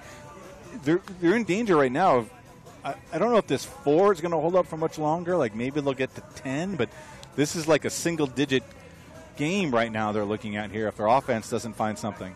Yeah, but we can see even just on that last point, the guy was holding the disc for almost the full 7 seconds, looking for the around, looking for the around, looking for the around. No one was there. There wasn't anyone in the backfield that he could dump to, and he even had a wide-open cutter in the middle of the field. One of his handlers that broke free and managed to get open up line. Didn't see him. It was too late. Instead puts up a Blady flick huck that, of course, is going to get eaten up by the Drost brothers. I mean, one thing Coach Tom Gibbons told us before the game was what they wanted to do was tire out Kevin Quinlan, and he has just not been able to be effective in this game, and it's working. Either he or Philly tired him out. I'm not sure which has been more effective. I think it's been a little bit of both, but you're right. Quinlan just isn't being near as effective. He had that 19-point game last year with, I believe it was 10 assists and 9 goals, and was just all over the place, but haven't seen him from this game. Let's see if they can get something going on here. Come on, Caminas! Come on, Caminas! Up! Loading! It's going to hang a little bit. Oh, and it's read nicely by New York as they jump into it. Fat Matt Lamar with the D. Lamar's been called a lot this game. He's been around the disc a lot. Kofer looking. Kofer finds his guy. And let's see, that's Mike Drost. Back to Kofer. And he's going to sling it deep. He's got an open man. Oh, it's D'd up. He had John Wodach who can get that, but it was a little short on him, and that's a nice D there by Max Rick. A good look there by Clark Hofer. He's definitely got that throw up win a little bit higher, let Wodach make a play. This guy's got a 40-plus inch vertical and can jump through the roof. Yeah, Wodach can get that, but that was a nice D by Max. Here's Quinlan. Let's see what Quinlan can find. Drops it back. Drops it back to Max. And Max Rick puts it in, not in the goal yet. Oh, Nasser was open, but didn't find him. Now that's Goder. Back to Quinlan. Quinlan's looking. They drop it. Vogel's looking, and he finds his man. Finally, after 7 minutes of play so far, Montreal clicks their first goal of the second quarter. Still looking a little grim for them, but they do get the score, and let's see what they can do on D. There was some nice red zone offense there by Montreal. Notice that they didn't try to punch it in immediately. Taylor was right there on the goal line. He decided to not give a quick little dishy where the defender was right on his hip. Instead, he dumps it off, swings it to 3 or 4 more guys, and then finds a wide open guy in the middle of the end zone. Really, really nice offense there by Montreal. And Arsenault, we know, had gone off the field earlier with an injury. Good to see him back out there. We see Kevin Grohl there, number 80. Stash is, so you were telling me we'd see their uniforms say Stash and not Empire. You were telling me that you were working with a Stash in your day job, Stefan. That's right. So I work for an innovation platform. We run accelerator programs, labs, and whatnot. And from my understanding, we don't work with Stash directly, but they are a cash management platform, the sponsor for the New York Empire this year, which is why you can see it boldly displayed on their jerseys, which is something you don't actually see out of a lot of AUDL teams. The idea of sponsorship was really big in the MLU. We saw Skippy over there for the Spinners. There was a bus company that was sponsoring some of these teams, but very new for the AUDL. Well, there's that connection again. Harper Garvey unleashes, and Charlie Eisen touches word to Aletta, and Aletta finds his man Connor Klein in the end zone. Oh, man. Well, if you give him a little bit of space, Harper Garvey's going to go ahead and put it downwind. Why not? Exactly. And then again, we see Aletta pushing downfield. Everyone expects him to come under. They know that he's the guy that likes to jack it up, but he's got legs and he's got speed, and he's been open for them all day. The release point from Harper Garvey as he dips low for that forehand to get underneath the mark. Unbelievable. And the distance there is fantastic. Just really good body posture from Garvey. Oh, certainly. I think the Empire actually released a slow motion of his beautiful 80-yard flick huck from 2 weeks ago, and he just has incredible form. Like, smooth like Tennessee whiskey right there. It was nice. There is something about posture in Ultimate, you know, where your core is and how you're, you know, where you're releasing from. You know, you're throwing from your legs, or you're throwing from your hips, or you're throwing from your arms. And if you're throwing from your hips, you're going to be a lot more successful. Absolutely. A little surprising for Montreal. I kind of expected them to go a little more straight up on Harvey. They know that he has these big throws, but they've been forcing him just a standard flick most of this game. Well, what happens after, you know, X amount of points in the game, you sort of like might slip up once. Like he's basically been sort of bottled up and just been playing smart. And then when you forget one time and give him an easy, you know, just a straight flick force, he kills you with it. Oh, but he's ready to take advantage wherever they're going to give it to him. Bump on the mark. A good, clean, easy call there to make for the ref as Jake Price bumps into Nassau and Bob Vogel.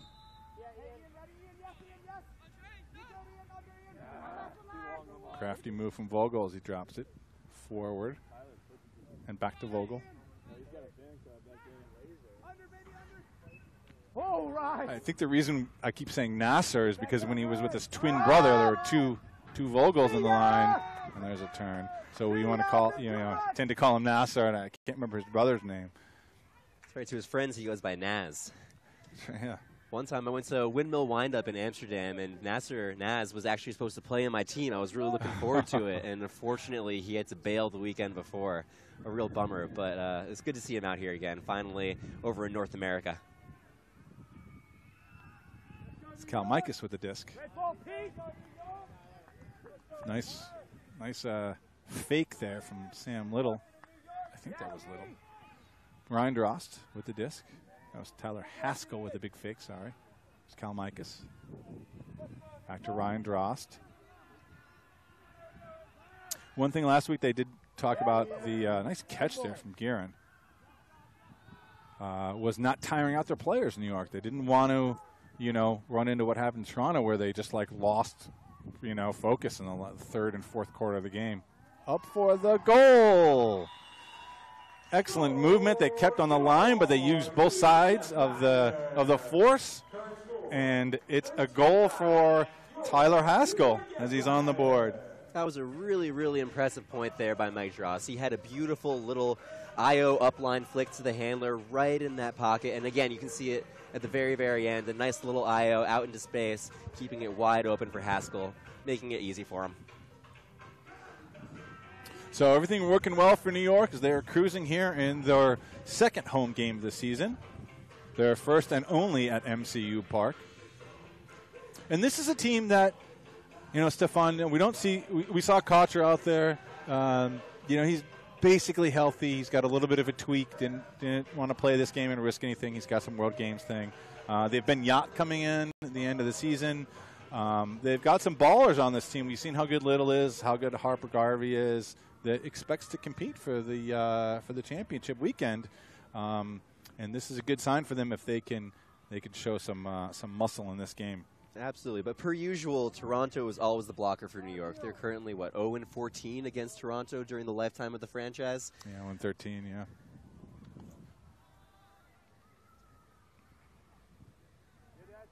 Montreal, meanwhile, is going to have to really continue to work on their chemistry, as they're going to have to find ways for their offense to dial it in. You know, they had to switch to using their D-line guys to get a couple points. This is a nice-looking play, but it's D'd up. Jeff Babbitt again tracks it down as Malik Agar-Samar was there, and Babbitt, the trailing man, look how fast he catches up on grounds and just whacks it away with his right arm. Just look at that closing speed. He's a yard or two behind, but within a second, he's right up in them. Just get a little hand on a disc, and that's all you need.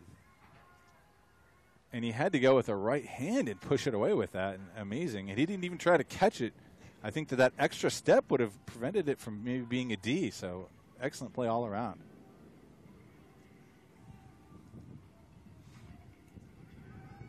Hung up in the air, but it's caught. And still, now it's down. A little bit of a low throw there for Tim Caminos. And that's going to hang to the left. Let's see if it stays in bound. It does not. You could tell right away from the release on that one that was going to be hooking towards out of bounds and that way. Yeah, unfortunate play from Montreal. Again, they seem to be putting up a lot more than we expected. We want them to grind it out, but they've got these high floaty balls, and New York is able to come down with them. Well, you know, even on the grind out they were doing so well. Kofor bombs it. See who he's got here. He's got a handful of guys. It's the end of expiration. Is that going to count? Does that goal count? It does.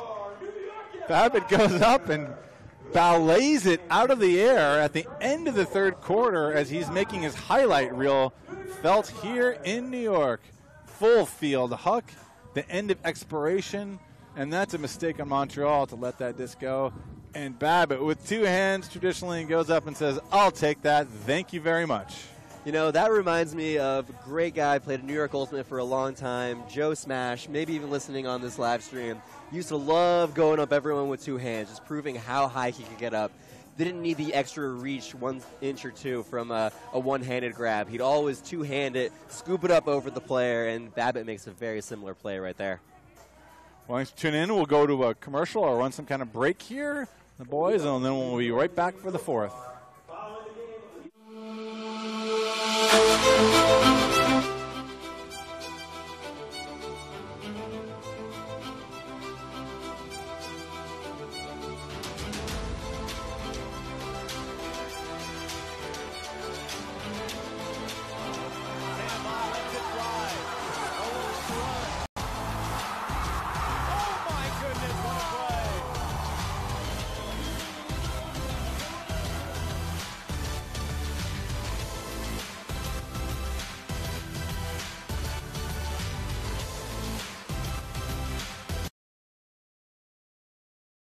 Usually I tell people that I'm a pro ultimate player first, but I mean, what else I do is I work as a paralegal for a law firm.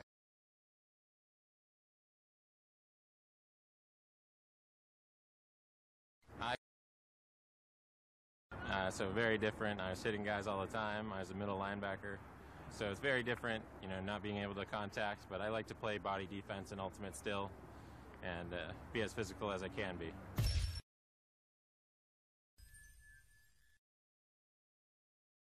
Mario Party, Yeah. 2. Oh, Costumes. I like the 5th Mario Party. Oh, come on. Then you're going to GameCube, then. No. That's GameCube. Oh, shoot. You get up to 3, and that's N64. Anything after that? There's something with the 5th. There's some penguins and the penguin band. The one that you go down when you're sliding on them? Yeah, those are sick. I know that. That's I the know 5th, that. right? Yeah, that's the 5th one. That's the 5th one.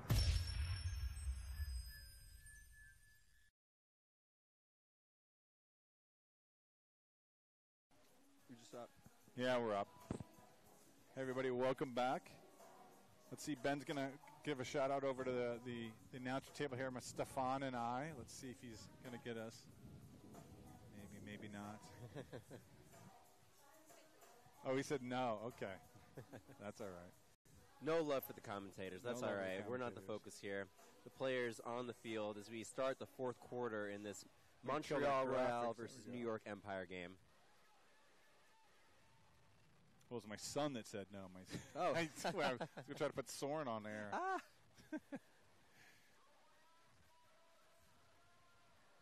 Vai, Montreal. Okay, here's Quinlan again looking. They followed him up. We know that.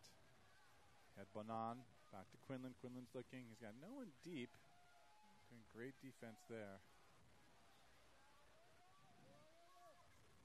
Slings it up. That's Bonan. Quinlan's given the space now. They're letting him work back there a little bit. They haven't pushed him downfield as Kofor is. Oh, nice. Quinlan digs it up. Fix the Olay throw. Quinlan dangerous on both sides of the disc, which is nice. Quinlan looking. He's got no one in the end zone. It's amazing the defense that New York is playing on the downfield cutters. You can't quite see it. Godere with the disc now. Back to Quinlan. Oh, it's eaten. Absolutely. And Quinlan saw that all the way. All he could do was watch as Kofor came flying across to eat it up. So nice defense there. They kind of like baited that, waited for the the swings to come, and then Kofor chomped. This might be too far, but it's Jeff Babbitt. Easy. Oh, what a great shot from Kofor. A great D. An incredible shot to the end zone there. Their handler D on that point was just phenomenal. Every single throw was contested within just a couple of inches. Really nice to see Clark come down with that D, and then a great shot to the end zone. And now maybe you can take Babbitt out of the game. I think he's done enough. New York is definitely up enough. Babbitt has scored a number of goals, got a number of incredible Ds, showed off his athleticism all over the field here. So remember we were talking to Christian Foster and Caroline Cadeau, whose name we haven't called yet, one of the coaches for Montreal. And said, well, what's part of your strategy against New York? Well, we want to tire Jeff Babbitt out. And they have succeeded. Unfortunately, he's tired out because he's making all these fantastic plays all over the field. So, be careful what you wish for. I don't know if you can tire out Jeff Babbitt. I feel like that man is more of a machine than human at this point. He's tired right now. He's definitely tired right now. So Daigle with the disc for Montreal. Right now you're just you're just trying to get some groove. You want to go back to Montreal on the bus with some kind of happiness. Yeah, what is Montreal's strategy at this point? They're down by 10 in the 4th quarter with 10 minutes left. Do they try to win this game? Is it in their grasp, or do they really just try to save face? Neither. Work on connections, right? Work on that chemistry. Yeah, work on chemistry. You guys haven't played a lot together. No one has. This is early season. Just try to get as much touches as your guys together as you can. And that's what I would suggest. Maybe you mix up some combinations, see who plays well together. And here's wind push that one down. So you can hear it whipping right now. We've definitely seen the skill of the Montreal players. They're playing hard on D. They've got a lot of throws. I think, like you mentioned, they're really just need to get a little bit more chemistry together. Fantastic D up there. Was that Guerin again? You just get up for that. Or was that Kuzmowicz? Might have been Kuzmowicz. Oh, Kuzmowicz is open for the Harper Garvey's looking for him. D'd up. It was a good look. But everyone in the stadium knew it, unfortunately. And so did the Montreal defender. Maxwell Rick coming down with that D there. He played wild card in Boston the last season, has played Garuda for a number of years in the past. Great, great D. So looking for the double happiness to Muck there. Kuzmowicz comes off the field instead after landing hard on that bid.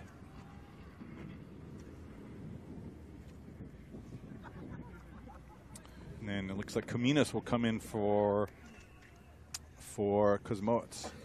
No, it is nice to see Caminos back on the field. He's been injured for a while. Unfortunately, was rostered with the Empire last year. Didn't see a lot of PT. Same with Pony, but it's great to see him back out there again. There's the Daigle. Daigle drops it back, almost teed up. Oh, now this one is. As Kalmaitis gets in the lane.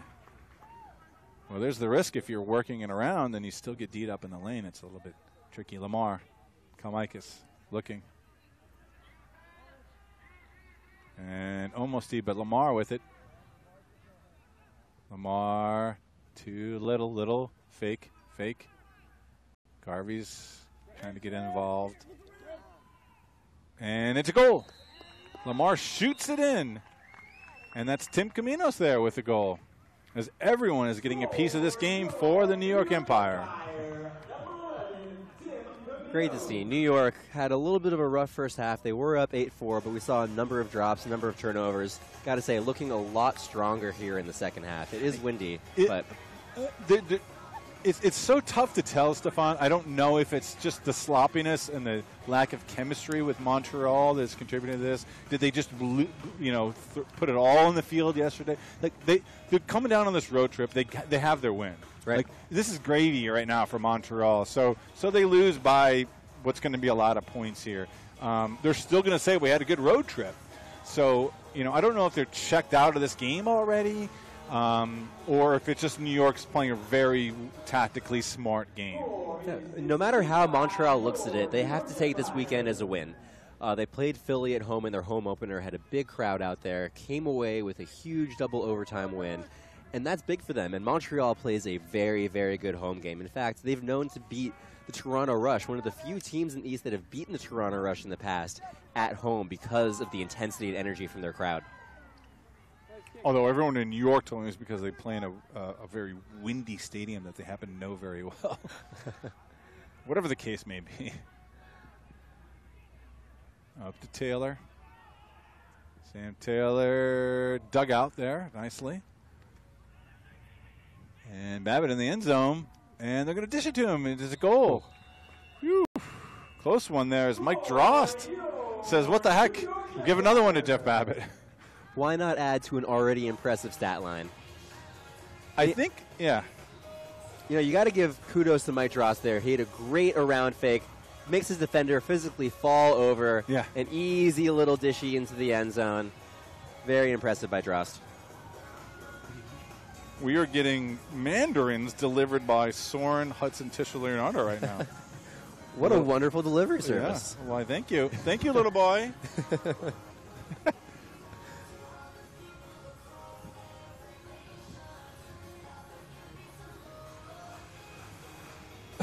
So, I keep looking at the score, and I'm like, what? They still have 5? How is this happening? Yeah. We saw New York come out with a bit of a junky zone defense earlier. They're up by 12. Do you think this is time for Coach Gibbons to start experimenting with some things, either experimenting with lines, zones?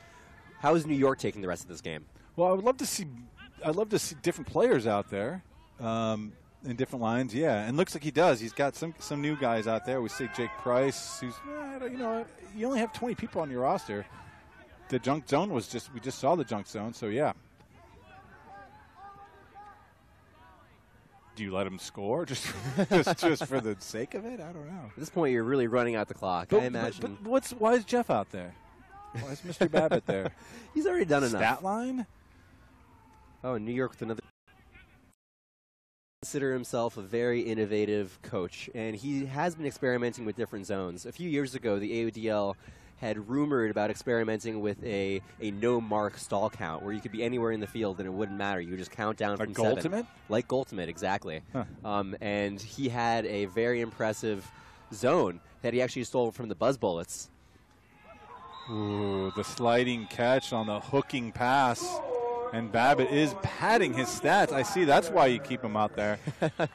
There is no of the week for sure. Babbitt is making repeatedly felt. Just too easy at that point. Babbitt wide open, streaking deep. Laura doesn't even question shooting it to him. A nice little bit of touch, though. You can tell he doesn't put as much zip. He kind of lets the wind sail, take it down, drops right into the end zone. Very, very nice play by Laura and Babbitt.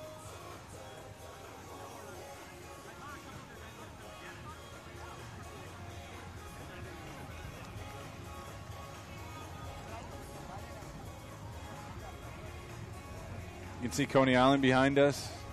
Stefan, you've been on some of those rides before. What's your favorite? The Cyclone. I mean, it's the classic one. Is the classic. This has been on the orange roller coaster that we can see right in front of us. It is on my to-do list. I'm pretty sure I'm going to do that immediately. Get on the bus. Oh, wonderful. I should go hang out with them then. I don't think that's actually true, but they might as well have some fun while they're here. To Volgo finds his man.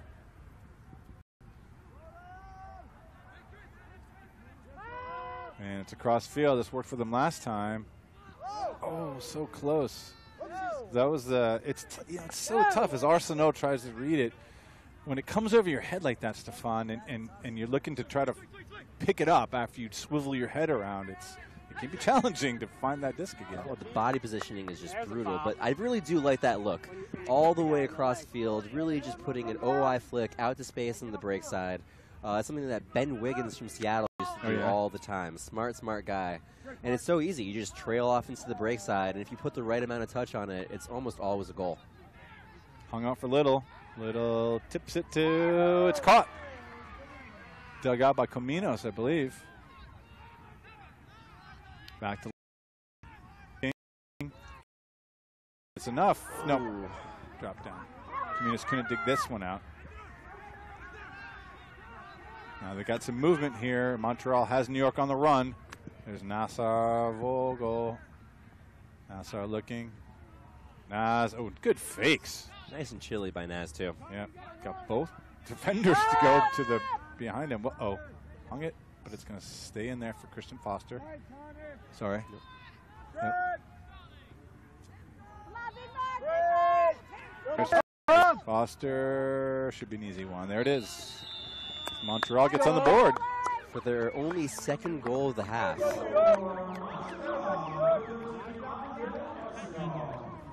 Well, it's going to be a little bit of a long bus ride back to Montreal. It's about 6 hours, I want to say. You know, let's see. Let's look it up. Google Maps. So, Tony, you've been playing this day as the Montreal right now.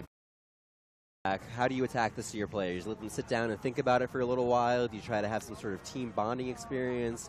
How do you really address this post-game? What I imagine is going to be a little bit of a bummer for the Montreal guys. I mean, I feel like for me, I would a half carrot, half stick. You're like, guys, you know, hey, we got our win. We played really well. That was great. But, you know, we got our win in Philadelphia. Let's do better. Let's work. And then I would also be like, and let's beat the pants off those guys next time. I mean, I'd be angry. I mean, this is you just can't be happy with this, you know? It's like, it's their own fault they're losing by 12, but I would still blame it on the other team. Do you know what I mean? Oh, absolutely. I'd be like, New York did this to you, get them back. You're going to see them in 3 weeks in Montreal or 4 weeks. Let's crush them. You know, so I would do both. Like, let's work on let's be better together, and let's crush those guys. Use it as a motivating factor. You got to take whatever you can here. Because Montreal has beaten New York in the past. So there's no doubt in their minds they can do it. And with this young roster, they were really looking for something big this year. An unfortunate game for them. I really think a fluke. We're going to see them play a lot smoother offense, a lot of better games in the future. I've got a lot of faith in this Montreal team. The Philadelphia team looked pretty good, and they played well against them. So I think part of it certainly is the hangover effect of that long game yesterday. As they sling it into the end zone, but it's a drop. It's just been kind of like that kind of game. As you see that roller coaster go sliding by Algar Samar. Yeah, they're doing a lot of things right. They get the turn down there, an unfortunate drop by Brooks earlier, but they work it all the way up. They're in the red zone. They've only got 5 yards, and just really an unfortunate drop. Something that they'll definitely be working on over the next couple weeks. Ooh, nice put. Thought that was into double coverage. Harper Garvey into the end zone, collects a goal, adds to his stats. And why not put it down? That's the, we've been seeing a lot of scores. It's either the forehand to that side or the hammer to the other corner. Yeah, I think throwing to this backhand side when we're going downwind is a little bit tougher. During the first half, we saw a lot of those discs on the forehand side really just get caught by the wind and sail out of bounds. But I'm not sure if it's the wind dying down a little bit or players really just adjusting their throws. They know to put just a little more touch, not so much zip, let the wind do its job, and take it into the end zone for you.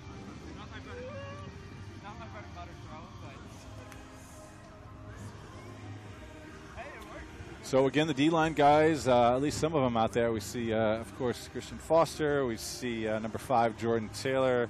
We see number 44, Quentin Bonad. We see number 7, Steve Bonneau. 27 is Miguel Godor. I mean, maybe they're missing Monfett so much, Gabriel Monfett. That's right. They were saying that he was a big D-line presence, and they were going to miss him during this game. Unfortunately, out due to an injury early on. Arsenault was open for a minute there. The defense from New York definitely has been impressive. Here's a big huck. And he's open for a bit there because Moitz is tracking him down. So that's Dross. It's caught. Ooh. What a sky. And a spike from Bonad. That was impressive. That's one way to get your team amped up. Wow, what a great grab. And over a defender like Ryan Dross is no small feat. Really, really phenomenal grab there by Bonad.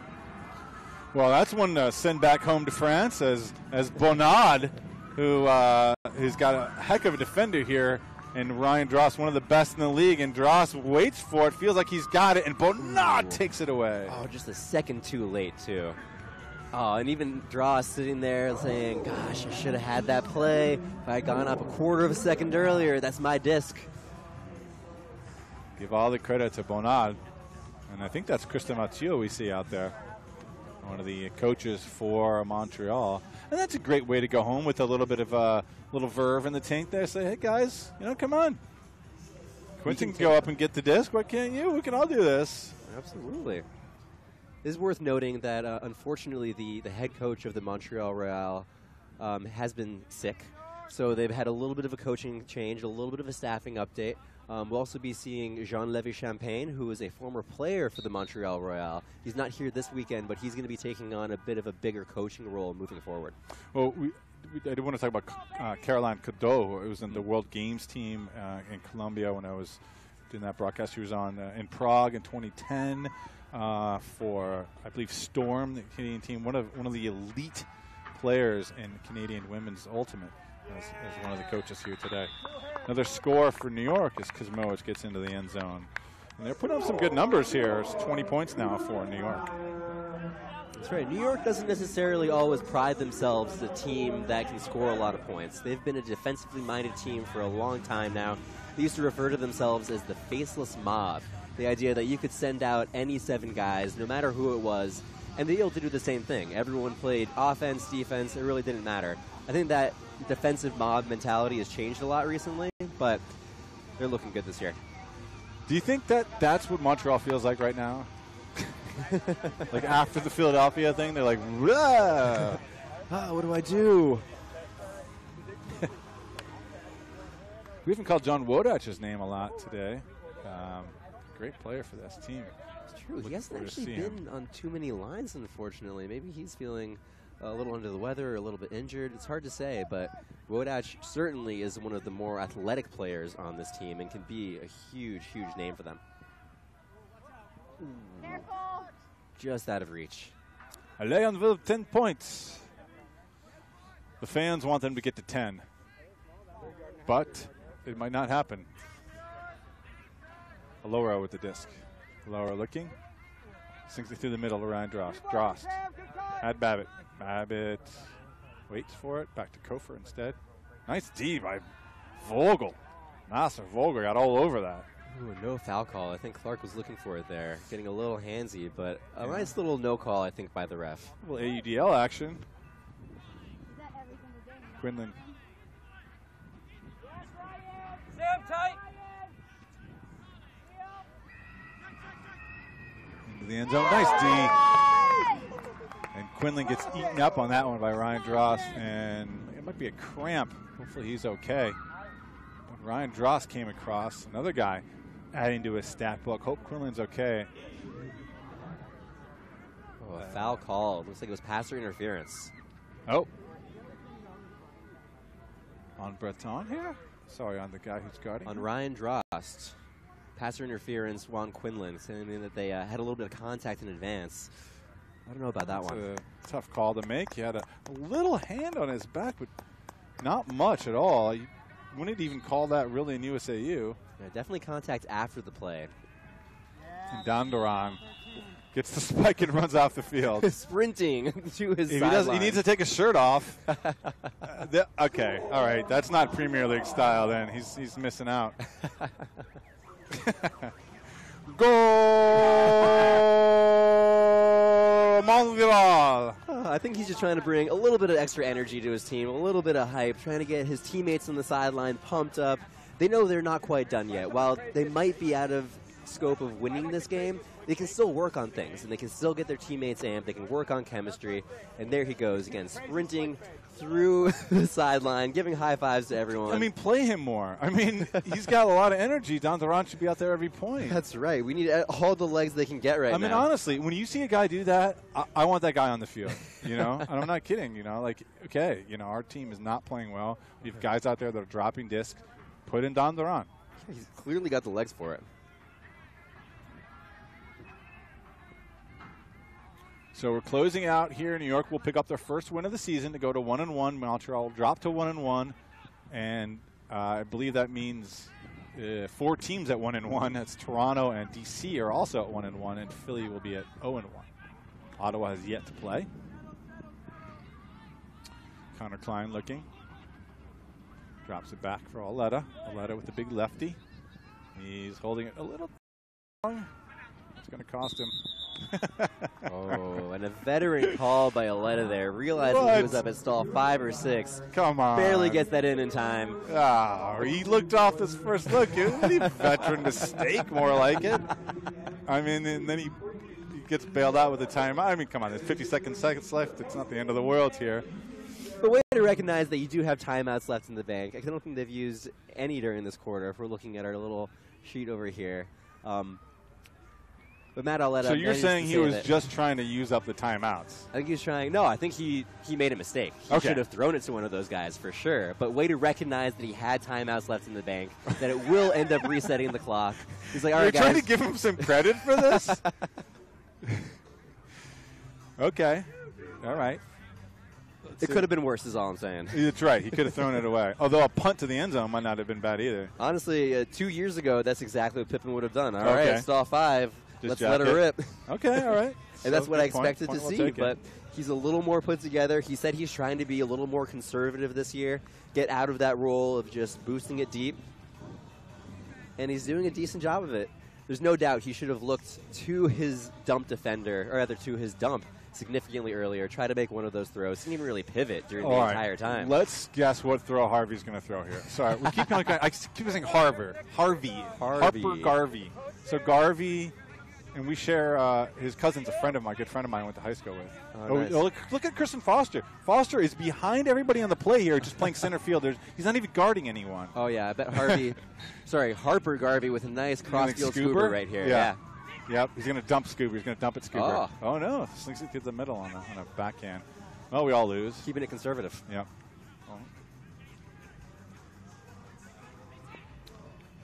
Garvey. We all just want him to put it deep. Aletta. Back to Garvey. He's looking. Send it. Nope. Decides to not take the shot to Cat Stevens. Every other here for Garvey. Yep, because they're giving it to him. Kristen Foster still playing center field. Oh, nice. Connor Klein trying to get open in the end zone out there. Aletta has been a great go-to man for Harper. baby! At this point, Empire really just looking to burn out the time. They've got 15 seconds on the clock. No need to rush. Stats, baby. I want that bonus money at the end of the season. I want that bonus bank. That's right. You know, I hear that Tom Gibbons is giving each player an extra quarter for every goal they score this season. What? Like, I know it's semi-pro, but like, can we at least, you know, not say quarter and say, you know, a couple bucks or something? Maybe like a ham sandwich. A ham sandwich. There you go.